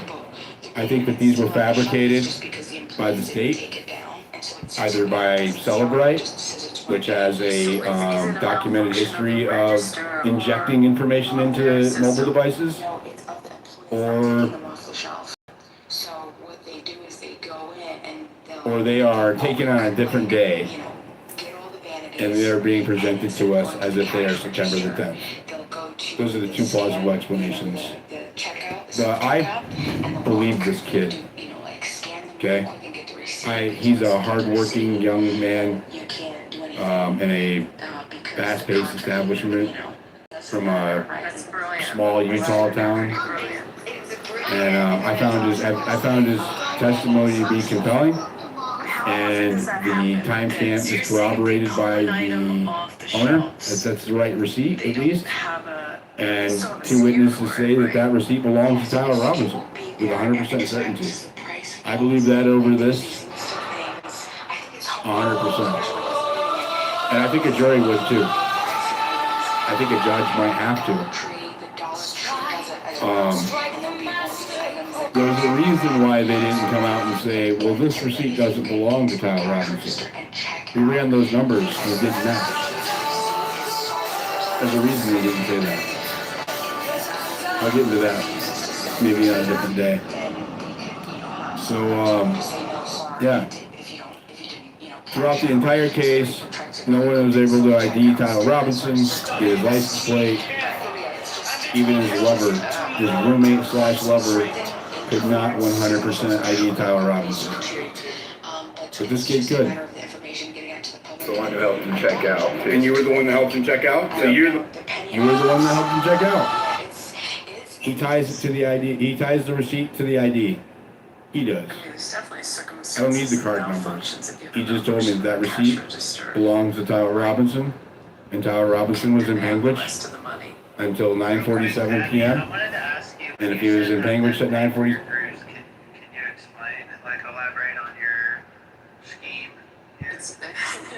Okay, so it's a pretty common scheme. They're called junketers, and they.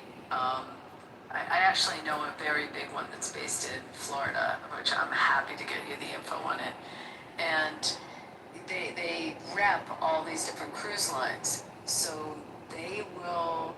I mean, they also rep land casinos, land-based casinos as well, but you will often, you may have to deposit when you go and you're playing in the casino. Sometimes you have to deposit money in advance because they don't do markers. Exactly. Right, so you'd have to do like the deposit, which, for your markers in advance, and they'll pay for the whole cruise. And, because definitely if you're going to play anyway. And the guy I know that had a company in Florida reps most of the cruise lines, like the NCL celebrities, the New Virgin ones. My girlfriend did it through him. My Virgin, Princess, Regent. I don't think he does like Seabourn and Silver Sea, or if that's still around. I don't know if he does that level. But wherever there's a casino, some of the more exclusive ships may have a couple tables and a few slots, and I don't think he does. What do you think? Brock is like a retired attorney or something? This is a fucking fat ass alcoholic cameraman who can't pay his bills. You're gonna send him on a junket? This fucker can't afford nothing. What are you doing, Abby? You're trying to ruin this guy. Fuck. I'm listening, and Essentially, if you like cruising and you're going to be playing anyway, you might as well. Yeah, but just to understand me, for example, I just went on a week-long cruise and I laid $300 down on the table, and all the entertainment sucks there, right? Just for my opinion, right? So if you're not going to the shows, you're going to the flight, you're going to the casino, right? Hello? So dinner, is that Necro, my campaign donor? Hey Necro, can you send me another $5? I'm running for mayor. Okay, that's great. Hello? That's great. It is, because they're not fair games on the cruise ships. They're pretty skewed. I say that to say that I use my, I don't throw a bunch of money. I don't have a bunch of money to throw at it. I just use my math skills. I'm really good at math. And then furthermore, if someone gets up and leaves from the table, I'm not opposed to taking their seat. I'm not afraid to win a couple hands and then run away. I just, I figure it out the best way I know how. Is there a lead rock? What's the question? Do you advantage play? Is that what you're talking about? No, I only play one game. I did play a few hands of blackjack, and then I did slap I think I used my free play at the slots. I don't do the slots. Slots are ass.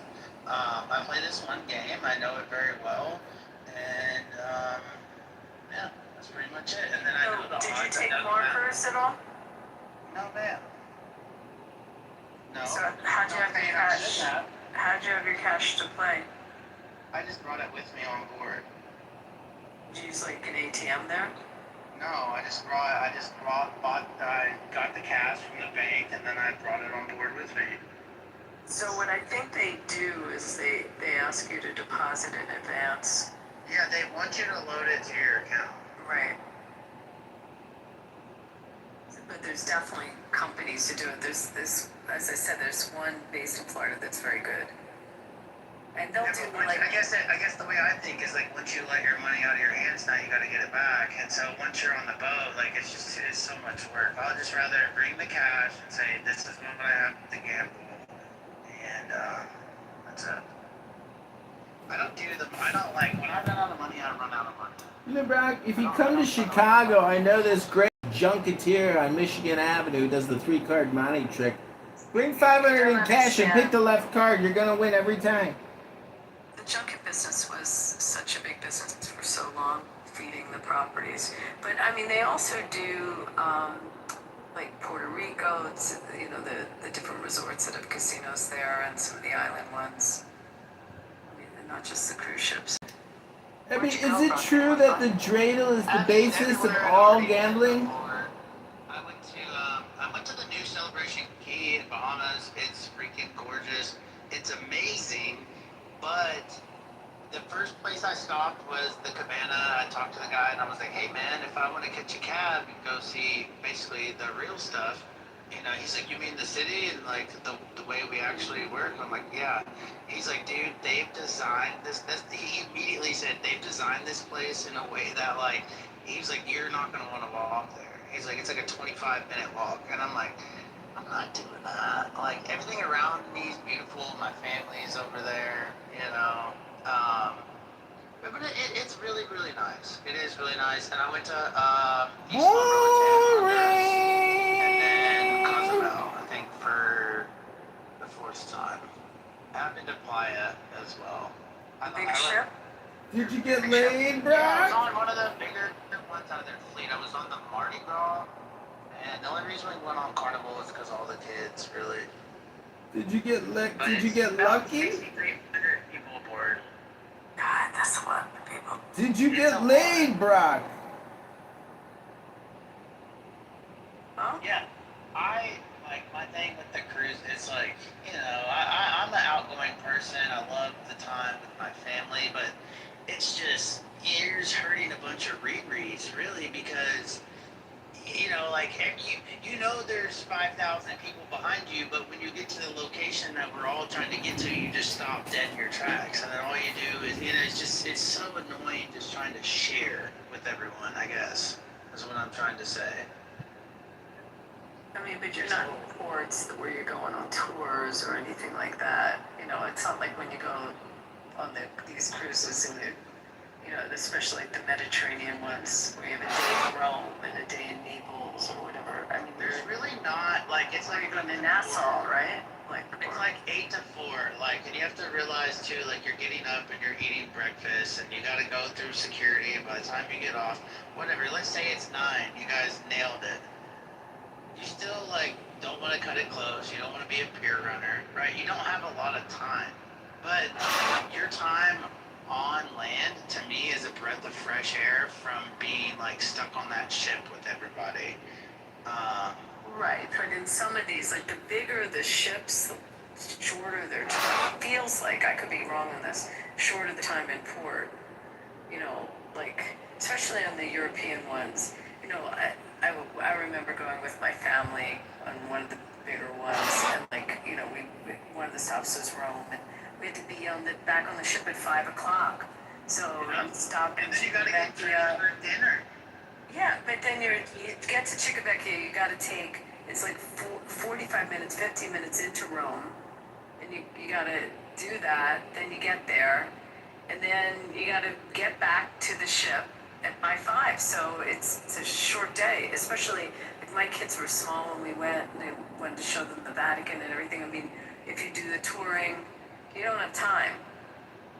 I hate it. I've been to just over 20 countries, and my family not so much.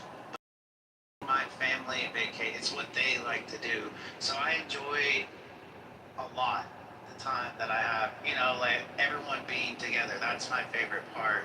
But as far as the logistics and the concept of it all, I'm not 6 pedals and encrypt the cruise. Cross 6.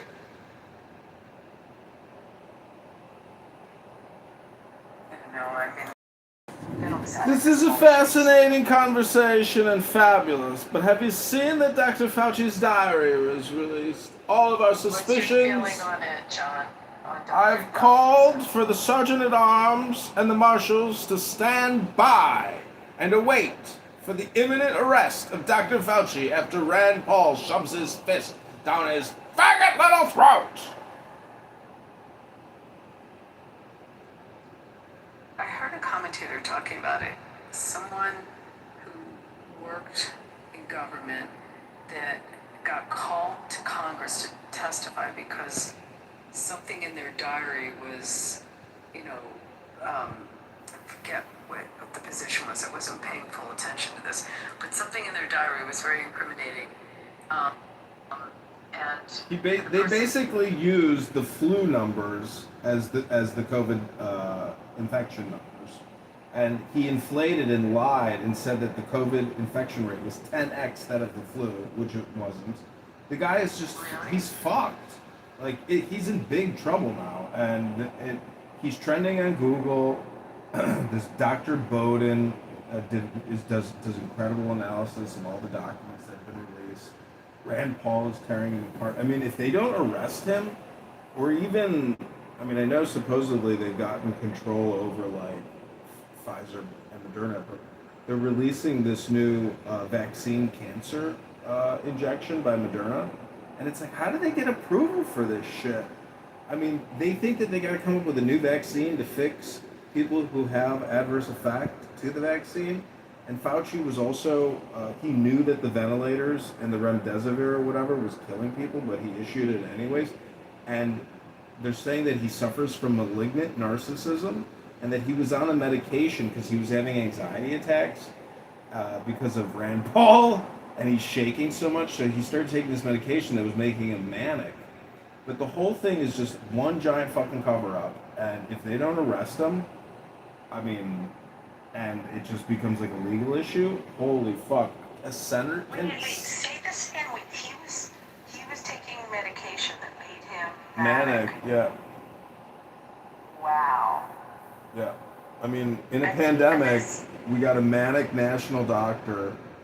Plus, the whole thing is supposedly he's just like covering up for the Chinese, for who, for all, they literally wanted to make us into a platform medicine society where every single person would have to be vaccinated and you'd have to get your update.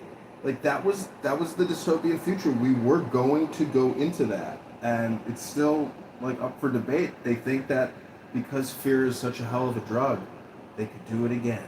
And I believe it. It's coming again. The two statistics that I read where that was pretty ridiculous was that they knew the death rate of it was 0.2%.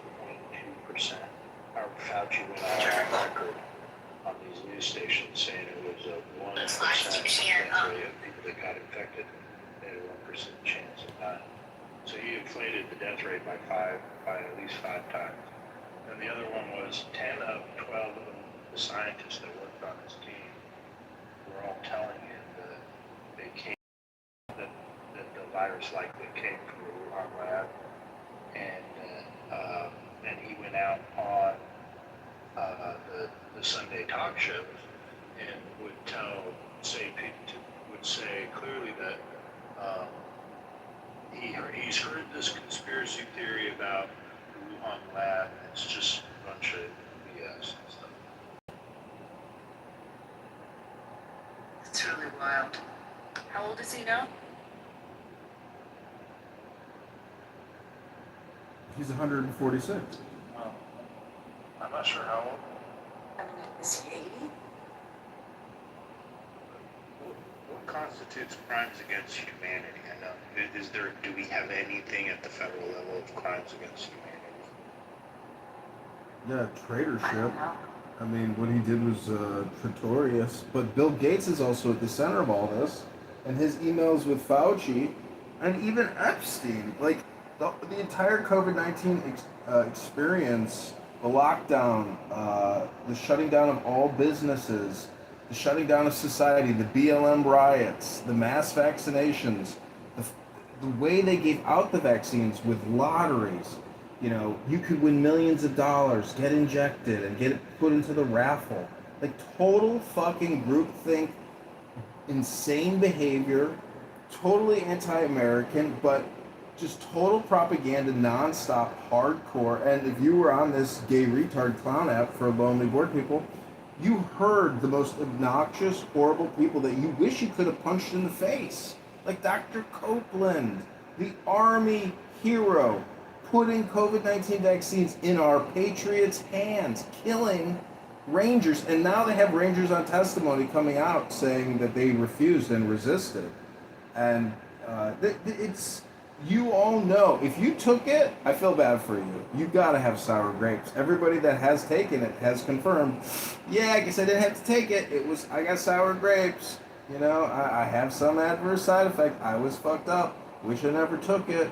Because it's not like taking, you know, a vitamin D shot or having a chicken chop salad and, you know, eating healthy food and going to the gym. It's taking a completely unnecessary medical intervention for the fucking flu. It's looking like whatever the lab leak is bullshit. That they just used the flu numbers because the World Health Organization said the flu disappeared from 2021 to 2022. It all became COVID. John.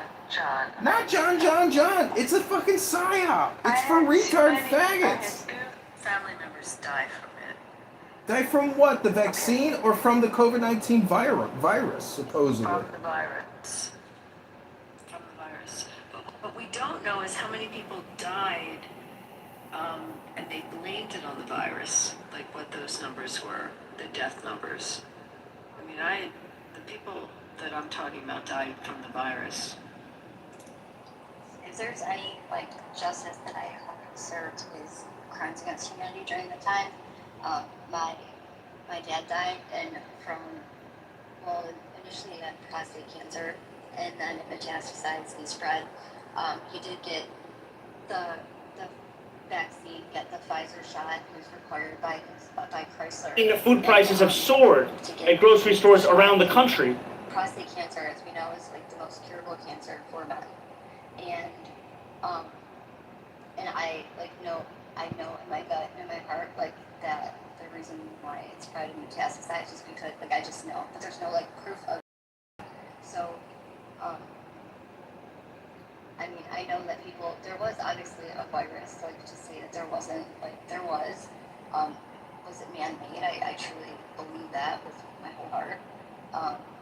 And it was crimes against humanity, and they won't ever show the amount of people that died from getting the vaccine.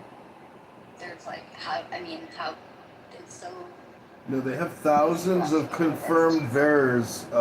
There are thousands of people in VAERS died upon impact of receiving it. I think it's like 3,000 is the official number or something. People were putting it on their death certificates just for Car accidents, etc.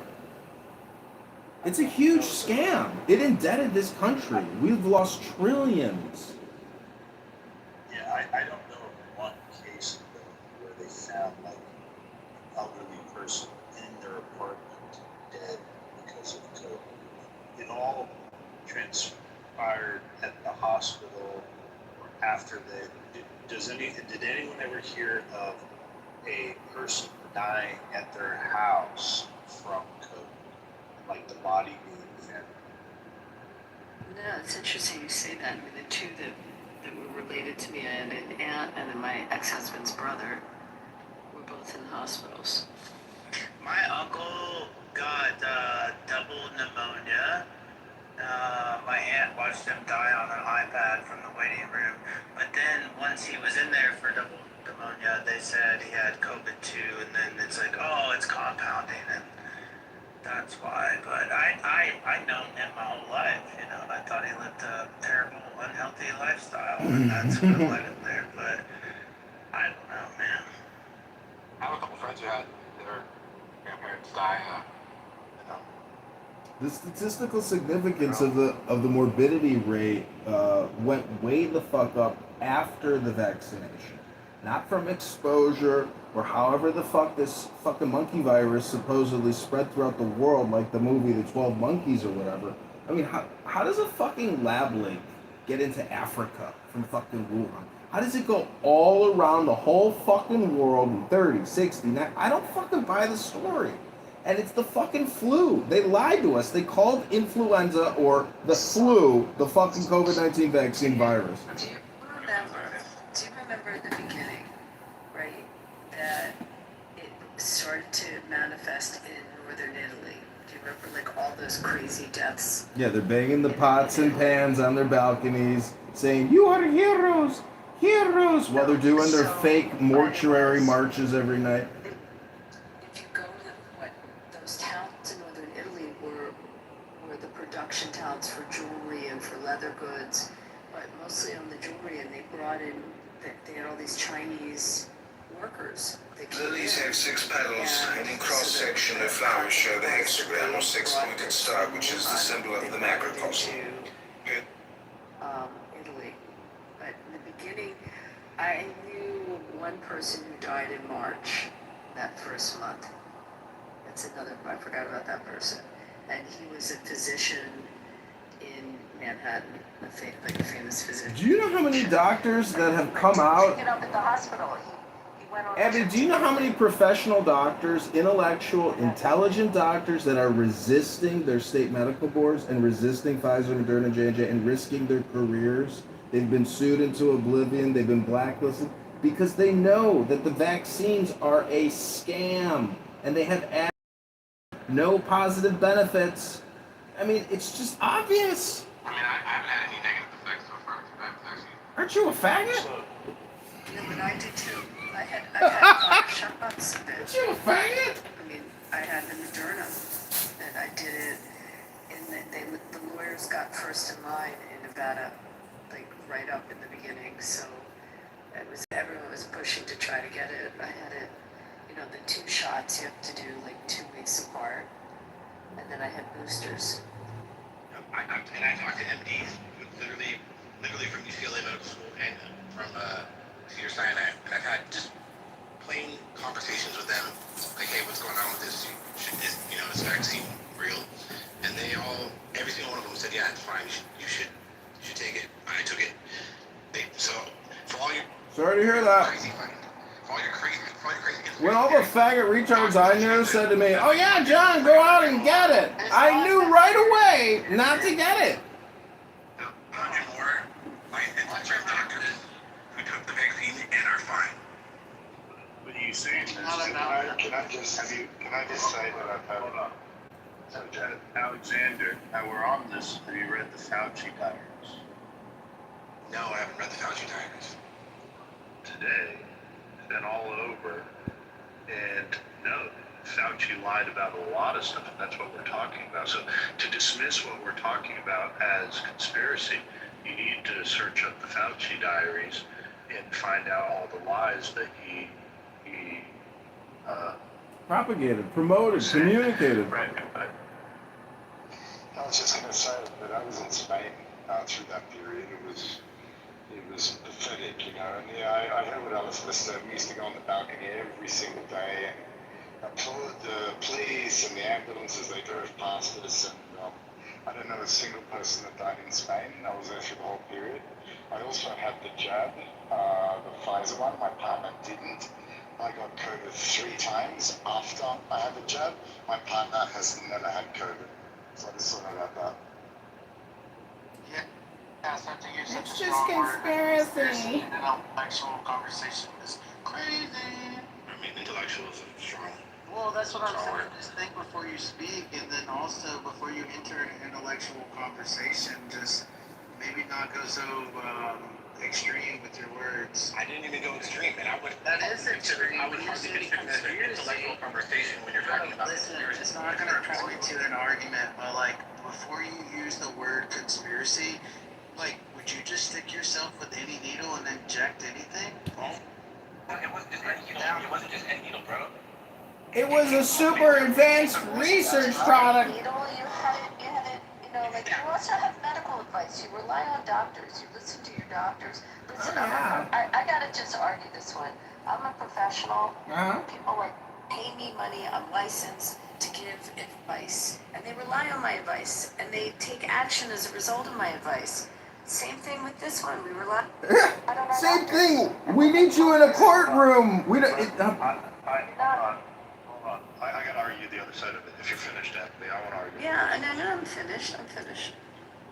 The other side of it is that's an appeal to credentialism, though. To act like when we're dealing with something that was so fresh and so new, and clearly did not go through the trials for the vaccine. I mean, clearly it would take many more, at least 3-4 years for them to even trial it out, and it was brushed over.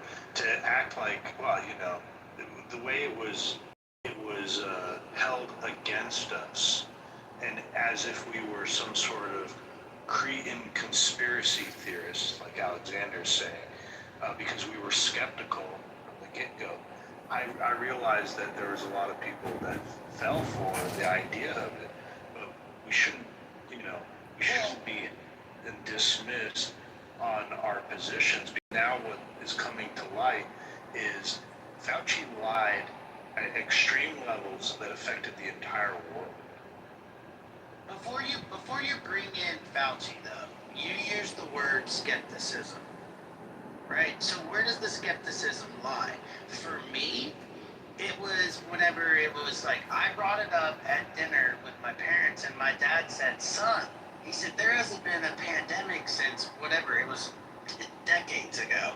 He made me look like a fool, right? But then the whole world, little by little, is on board. So when the whole world is on board with this, right? So we're all supposed to just shoot it up, man. That's what we're supposed to do. Hit me with it. No. Like, so. You didn't have to take it. Yeah, I did not take it. You did. It's not about, bro. This guy's the beast. That's the lie, though. I have to take it. I had to take it. I had to take it, Joe. I had to take it because my mother passed away in Australia, and when Australia opened their door, the only way I could get into the country to go to the memorial actually for my mother was to take it. And people in Australia were forced to take it for their jobs. I don't know about America, if they didn't take the jab, they lost their jobs. So it was that. No, that's not a choice. That's not a choice. They weren't forced to take it. I don't know about nobody's talking about forced to take it or not. How about how many businesses were closed because they were told that they were by the health department that they were not allowed to open their business, and then and I will say that so during that time when we're all in quarantine, no one could open up their business. It just so happened that the day after Thanksgiving, the biggest shopping day of the year, we were all quarantined, but Black Friday, all of the Walmarts, the Best Buys, all these stores were open for people to shop while we were all in quarantine.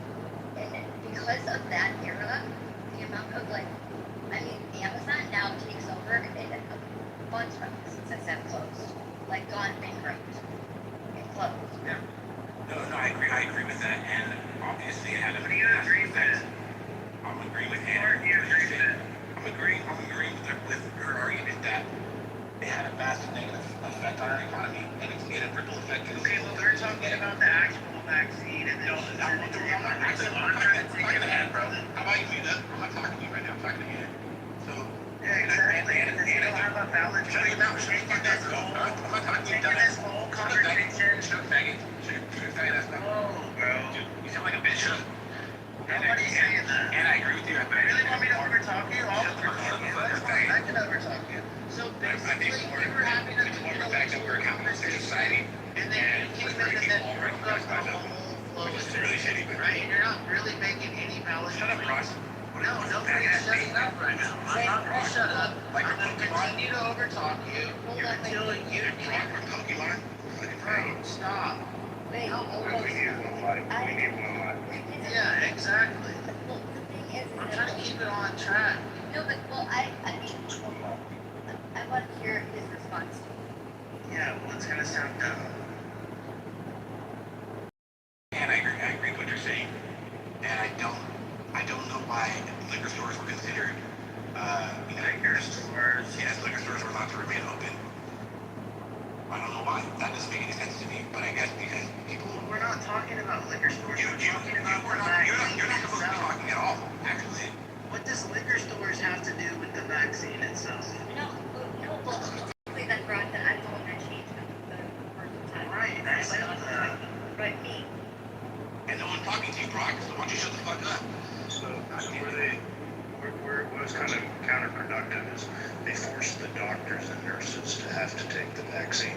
And if you didn't, then they would fire them. So we're actually lowering our workforce on helping get through the pandemic if they don't take the vaccine. So that didn't make any sense at all. And that was the big hang up about the ones that got forced to do it. So what do?